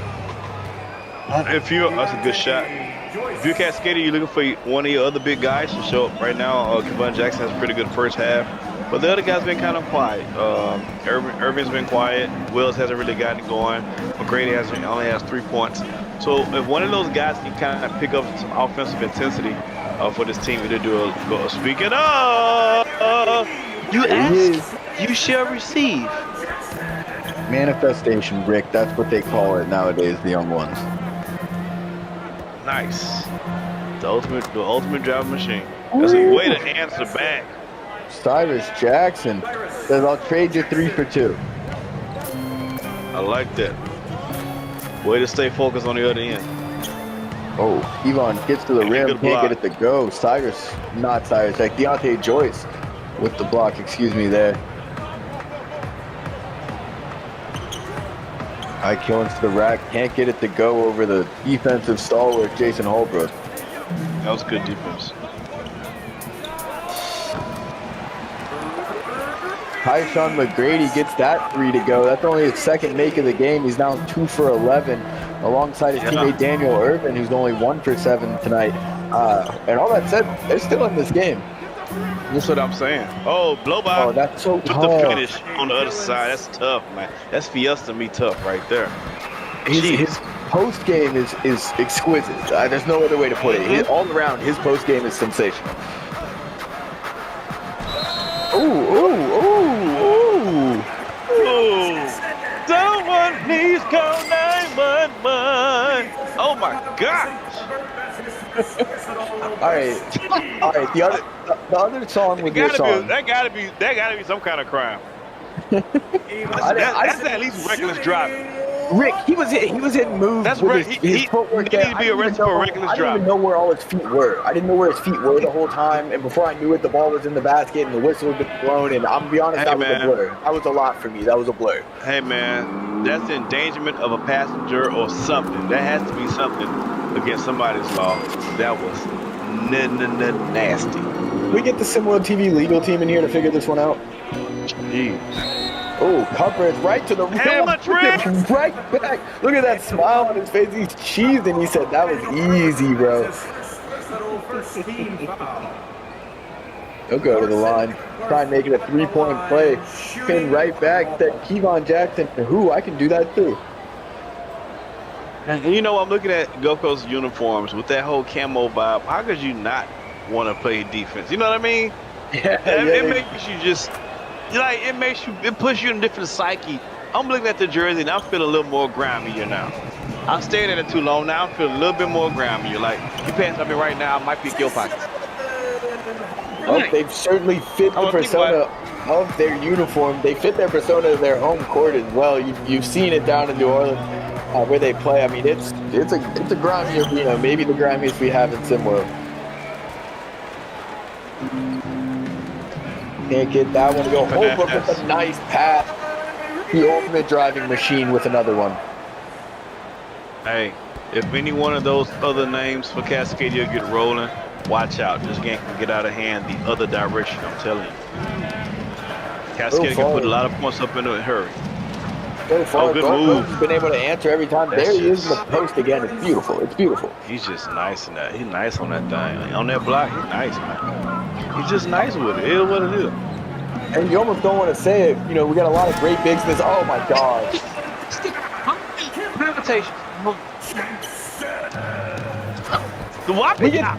Can we get the legal team in here? He shouldn't be allowed to do that over and over again. Side I take. Oh, I go into the post again. Oh my God. Oh! And here it is. Rick. We 1 versus 1 now. We 1v1. Okay. That's what we have. Everybody clear out. I don't want to see them. Let's clear out. Let's go. Let's Rick, do this it. is what we were waiting for. This back 14-2. He's going to get right to the rim again. No, say, I don't want no keep screen. getting Let away him go with one-on-one. Where's Kai? Give it to Kai. Give him back Go to the get it, post. Kai. Oh, they got Kyrie Wells guarding him on this possession. They said, let's see what you can do in the post against this guy. Okay. Rick, I don't even think this is a hot take. Kai Killen might have a top 5 post game in Simworld Prep. That's probably not a hot take. It's probably not. It's probably the. As I say, I don't think that's a hot take. I don't think it is. We got a lot of really good bigs in this league, but his post game I is think pretty for big. those who know though. Yeah. I mean, you're not gonna think that he's a guard/wing, but in that paint, he's dangerous. He's about as dangerous as anybody in Simworld Prep in that paint. You not want to find yourself one-on-one on the block with Kai Killen. That's something I know for sure. And you don't want to find me one-on-one with your daughter. I know that for sure. You know what, Rick? I think you're a great guy. I'd love to let you take my daughter on a date. Yeah.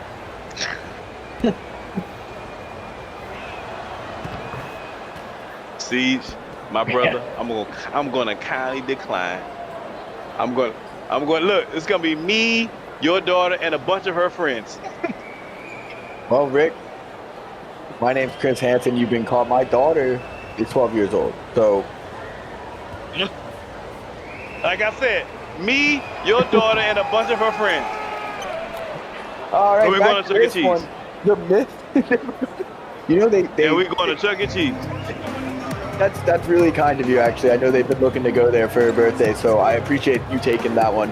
I'm gonna take the day off then. Easy. Yvonne Jackson One of the can't few answer times. there. One of the few times he's missed this quarter. He's been on fire. Oh my! What's going on? Kai Killen with the slam. This Gulf Coast team is fun to watch, man. Yeah, they really are. They play so cohesively as a team, and it's a joy to watch. It's good basketball.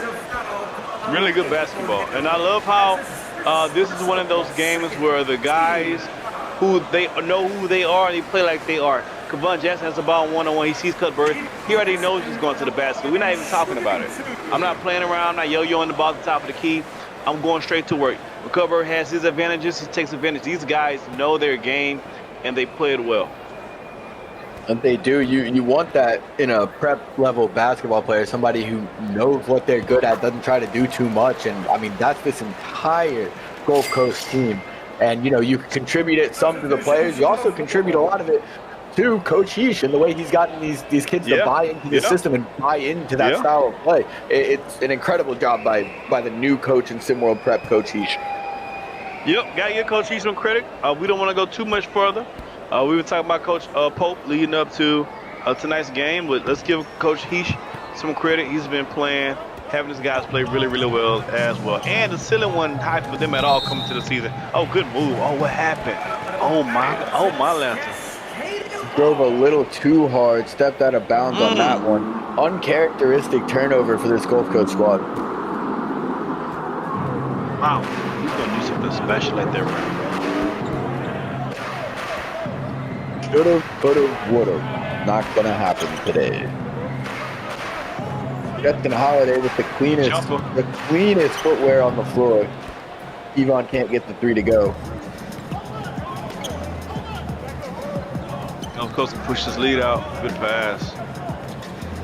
Great ball movement here from Gulf Coast lockdown. Lane O'Neal with it. He's going to get the screen from Cyrus Jackson.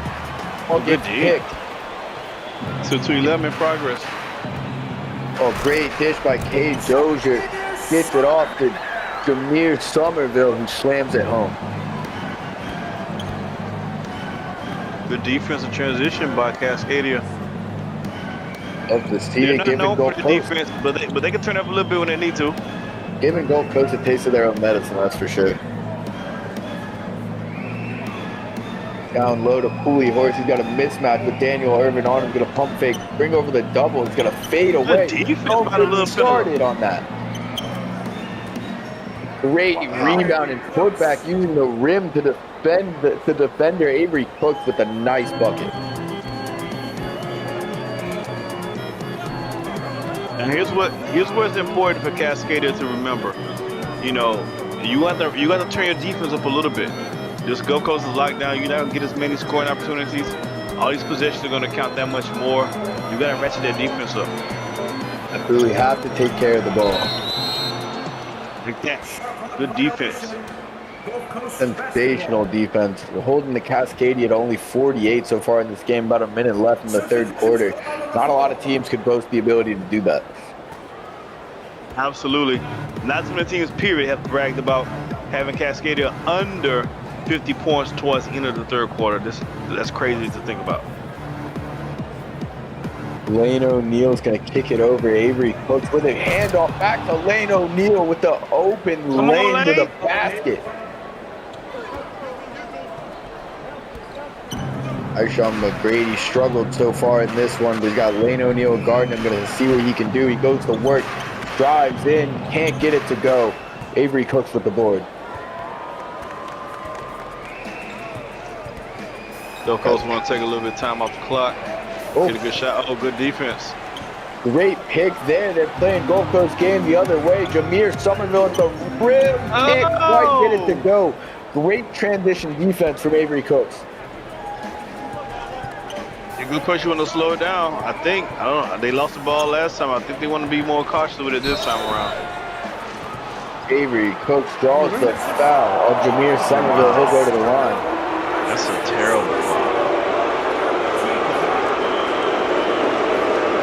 It's not Avery Cook's game. He likely didn't need the foul on that one, but here he is at the line.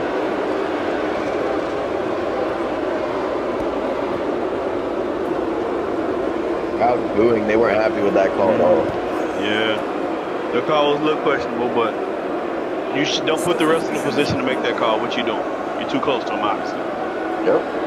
And here we are. Gulf Coast Lockdown going to get the first double-digit lead for either team of this whole game.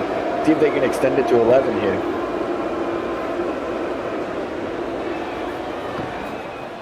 And he can. Cool as the other side of the pillow. My favorite side of the pillow.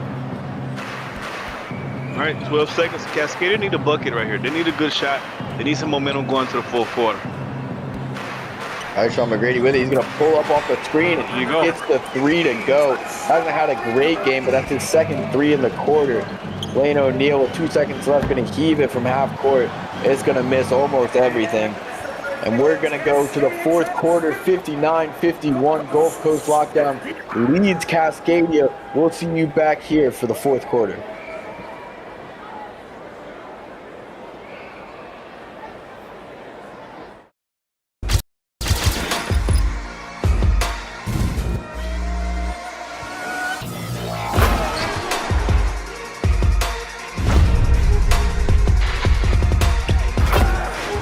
Make it two-possession game, and they will! Definitely gonna have to look elsewhere. Oh!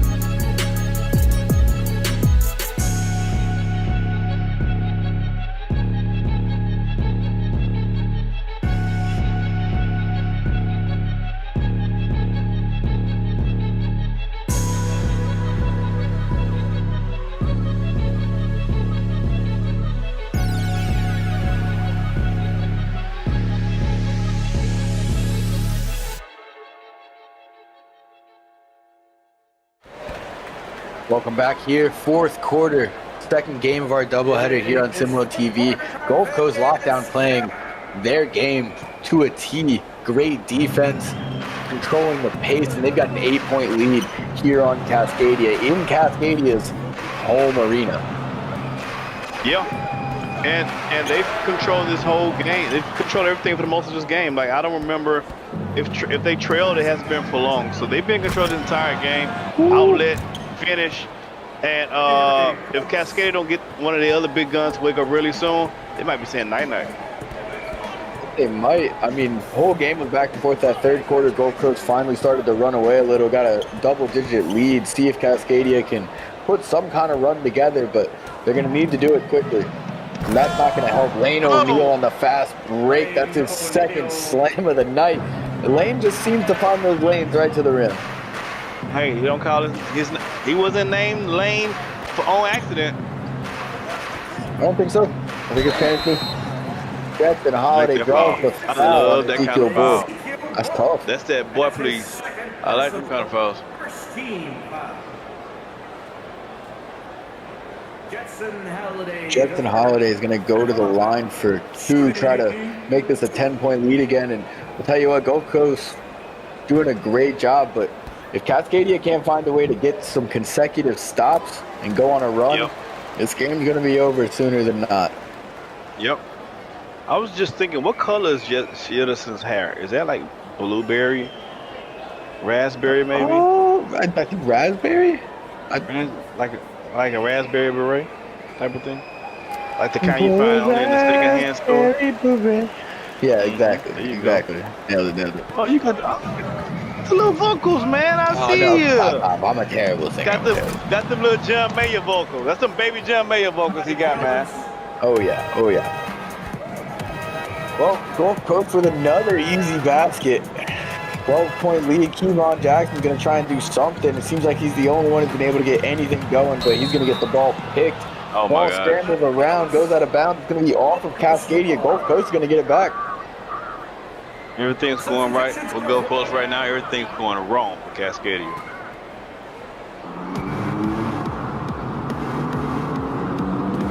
Gulf Coast Now, I don't want to be like a lot of these guys who be prisoners of the moment. If Cascadia loses this game, to me, they don't, they're going to drop in the rankings just by default. But that doesn't change how I feel about the team. I think people get too high, too low on one loss. These are kids. They have on nights, they have off nights. And that's a good shot. And you see how well Gulf Coast has to play, even on an off night from the Cascadia squad. Absolutely. I mean, Gulf Coast is playing hard, but it's interesting because we see them play this hard just about every game. They're very consistent in the way they go out there and perform on the floor. Yeah. Oh, tipped away. Gonna get it up. Cover try to get the three up, but he's gonna get blocked. And they might have got saved by that shot clock there, Rick, because Kevon Jackson's about to take that ball to the house. Oh, you ain't it's gonna be highlight central. You right about that? And it was. So, you are right about that. Thank God for the shot clock. Tyshawn McGrady with it, gets the screen from Tyree Wells. Got Deontay Joyce on him, see if he can shake him up. Gets the rack, can't get it to go. Gets his own rebound. Out to Kevon Jackson for three. It won't go either. Big shot if you'd have made it. Needed that one. Yeah. Here's Cuthbert, see if he can facilitate something on this end. Kai Killens matched up with Kevon Jackson. Throws the pass. Not sure where he was going with that. Lead the passes to your passers, man. We need you to be a bucket there, Kai. You got one of the best in the business, man. Leave it to him. I'm not sure why they're running that screen. They had Tyree Wells with a mismatch on Carson Cuthbert down low. They must have been scared of him. I understand that.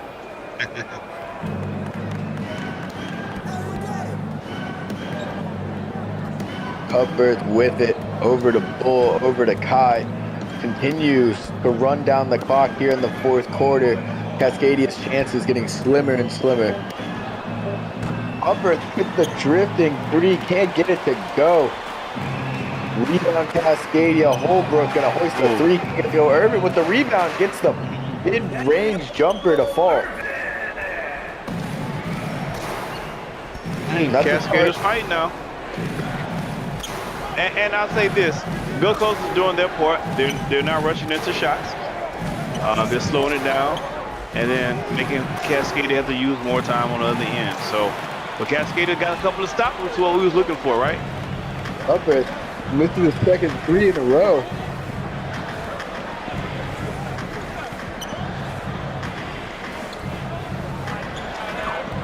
Now, if you're Cascadia, you already know you guys who you're going to go to in this position. Of course, I guess the big side is going to call his own number. Never mind. I guess I have no idea what I'm talking about. He's doing his own thing.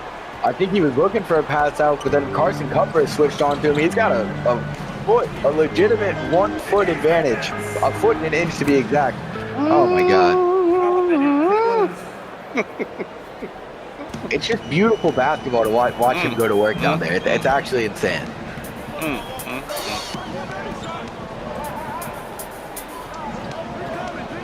Over to Kevon. Kevon from the wing, can't get 3 to fall. The ultimate driving machine with the board, puts it up, can't go. Oh, good defense. Make him change the Joyce. Another one of the prime big man defenders here on this Gulf Coast squad. Yeah, and while we talking, I know we talked earlier today about defensive player of the year. Deontay Joyce, if we talk about bigs who's in the conversation, Deontay Joyce is one of those bigs who's in the conversation. You can almost put any big that's here on this Gulf Coast team in the conversation at this point. It might be the first time we ever see a Defensive Player of the Year award go to a whole team if they're able to play like this. Holbrook with the board, goes back up, block from Ezekiel Bull. Holbrook to try to get a block from Deontay Joyce. Wow. Wow, rejoice for the block. Can't get it to go on the other end though. Daniel Irvin down to Wells. Wells gets it to go, slips right past Deontay Joyce. And there it was, Rick. Right on cue, we saw both big men from Gulf Coast lockdown with a block. And while you're here, again, you've enjoyed this game so far. I'm sure you enjoyed the game before here on SimWorld TV. So, go ahead, run that like, subscribe. You'll know when we're streaming, we're running games, and we got broadcasts going on. You don't want to miss a second of SimWorld Prep action. But while you're here, do that. So, Rick, here we go. We got an 8-point lead here for Gulf Coast. 2 minutes left. Is it in the cards here? Can Cascadia make a quick run? Do they have the talent to? Absolutely. But I do like the defense the Gulf Coast is playing. If things stay put, the Gulf Coast is going to squeeze this out. But if Cascadia can get 2 or 3 shots in a row, if there's any team who can come back in 2 minutes, 20 seconds and win this thing, Cascadia will be one of those teams. I mean, that it is. So here we go. Rick, I think it's time to start talking about player of the game. Who do you got? Well, I'm going to go Cupper. Okay. No. I'm going to go with the big fellas. I'm going to go Mr. Rejoice, Deontay Joyce. With a rebound right on cue. You know what? I was going to say the same thing. I'll give it to, I was thinking maybe give it to the tandem of bigs, Ezekiel Bull and Deontay Joyce for their defense, but I'm really going to give it to this guy right here, Kai Killens. Every time he's got the ball, he does something so smooth. He does something so smooth every time. It's smooth, it's aggressive, it's like watching somebody play jazz. Beautiful. Oh, jazz on that. I don't think I will. Now, if you're Cascadia, you got to get some stops now. You got to get some turnovers, preferably. Carson Cuthbert is not going to turn the ball over. I'm telling you, it's just not who he is. It's not in his DNA. You're going to get a turnover somewhere else. You need to double him. That's what you need to be doing. He needs to be doubled at all times. Oh, my God. He needs to be doubled at all times. That's why you lose. He got 20. All right, Killens back to the post. He's got 25 in this one. Hey, if you haven't already put respect on his name, I'm not sure what you've been watching all year. Tyree Wells finishes off the alley-oop there with the tap-in. See if they can force a couple more turnovers here, give themselves a chance in the last 75 seconds of this one. I hate to be Captain Obvious here. Whenever Kyle Killens gets the ball in the post, he needs to see a double. Period. It seems like you might be the only one who feels that way, Rick. Apparently so. I'm the only one that wants to win, apparently. Oh! Great stop there. Wells with the bucket. It's a 6-point game here. 58 seconds to go. Let's see if Cascadia can get another stop. Kai Killens with it to the rack. He's gonna. Oh, Jesus Christ! See what I'm saying? You see what I'm saying? You see what I'm saying? I'm gonna need like 3. I'm gonna need like 3 Advil on that one. You see what I'm saying?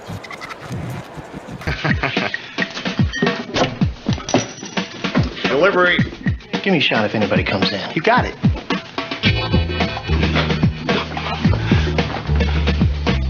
Bud Light, the mother load. Hey, here it comes. Hide.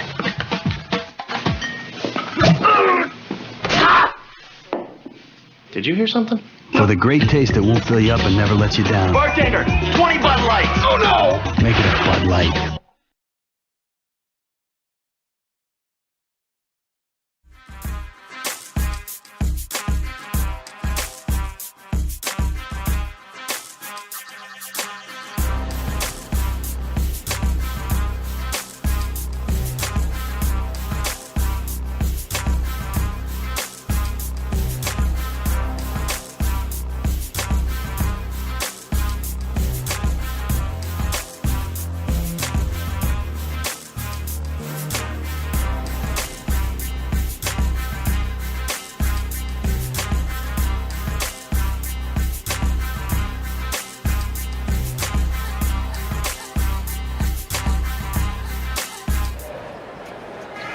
Welcome back here. I'm still reeling from that Kai Killens dunk on Jason Holbrook. He's got 29 on 14 for 18 shooting. And Rick, let's talk about those bigs. Ezekiel Bull and Deontay Joyce.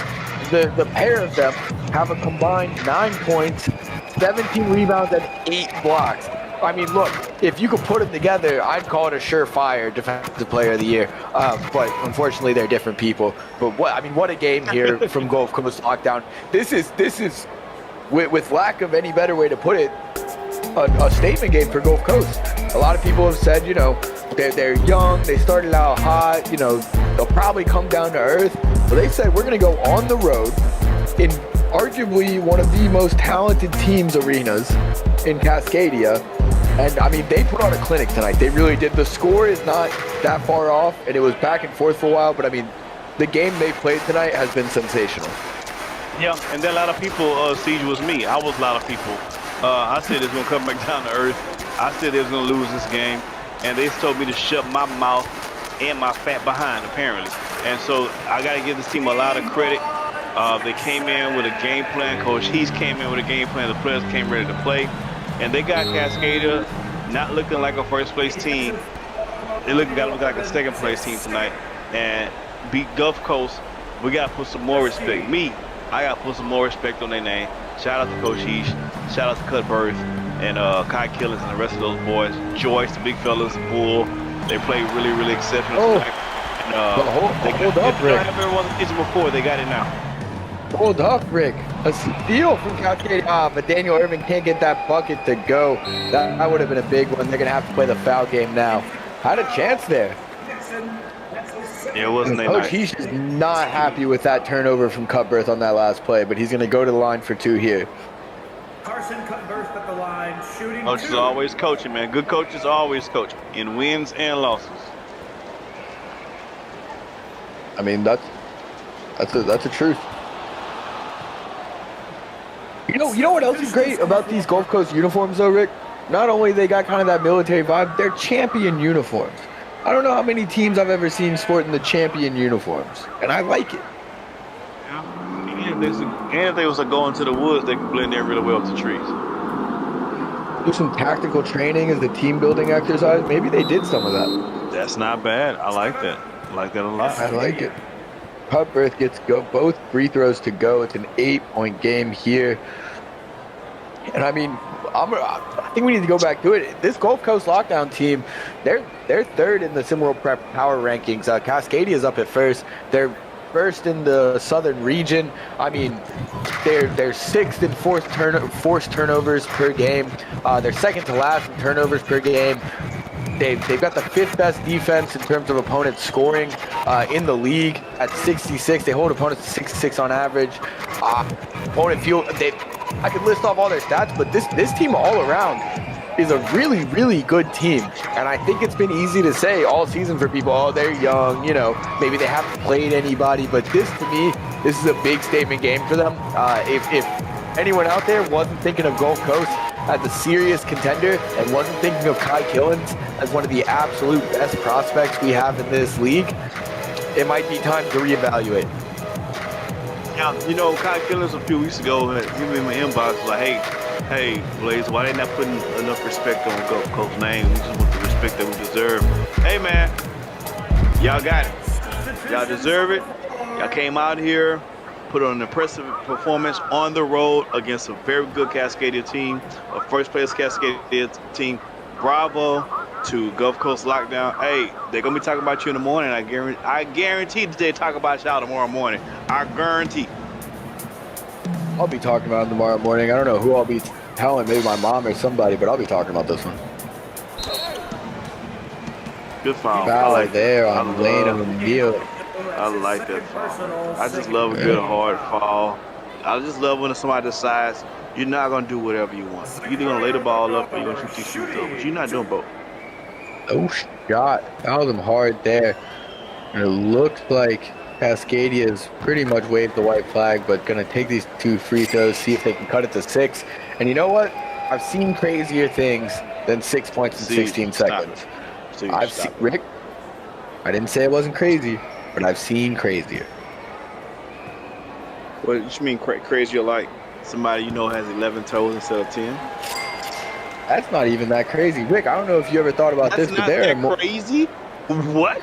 That crazy, bro. But Rick, this is crazy though. I want to blow your mind here real quick as we get a foul on Livermore. 11 toes is not crazy. I feel like that's probably like statistically not like that crazy. But you know what is crazy, What Rick? if they were like 11 painted toes?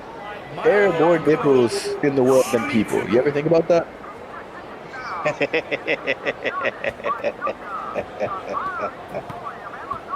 I didn't. Thank you though. That sounds like something I need to keep in mind whenever I'm having a bad day. Yeah. You know, things just not going right. And you're like, you know what? On the bright side, there are more nipples than people in this world. A wise man once told me that, said he lives by it, and I it's a good thing to remember on a bad day. Not bad, man. That's not bad. Thank you, Siege. I appreciate that. Of course, you gotta keep things in a positive light. Yeah, keep it in a positive light. I'm gonna go sleep with a smile on my face knowing that information. That's all Daniel right. Irvin can't get it to go. Gulf Coast is gonna run this clock down. That's going to be our final score here, 78-71. Gulf Coast Lockdown with a statement victory on the road against Cascadia. Kai Killens with 29 points on efficient shooting tonight. But me, my broadcast partner, Rick, from the guys out in the front on production, and everybody here at SimWorld TV, thank you for being here with us tonight. And we'll see you tomorrow night for a little bit more fun. See the game. The game. It's all good. And Mr. Rogers. This has been a presentation of SimWorld Sports.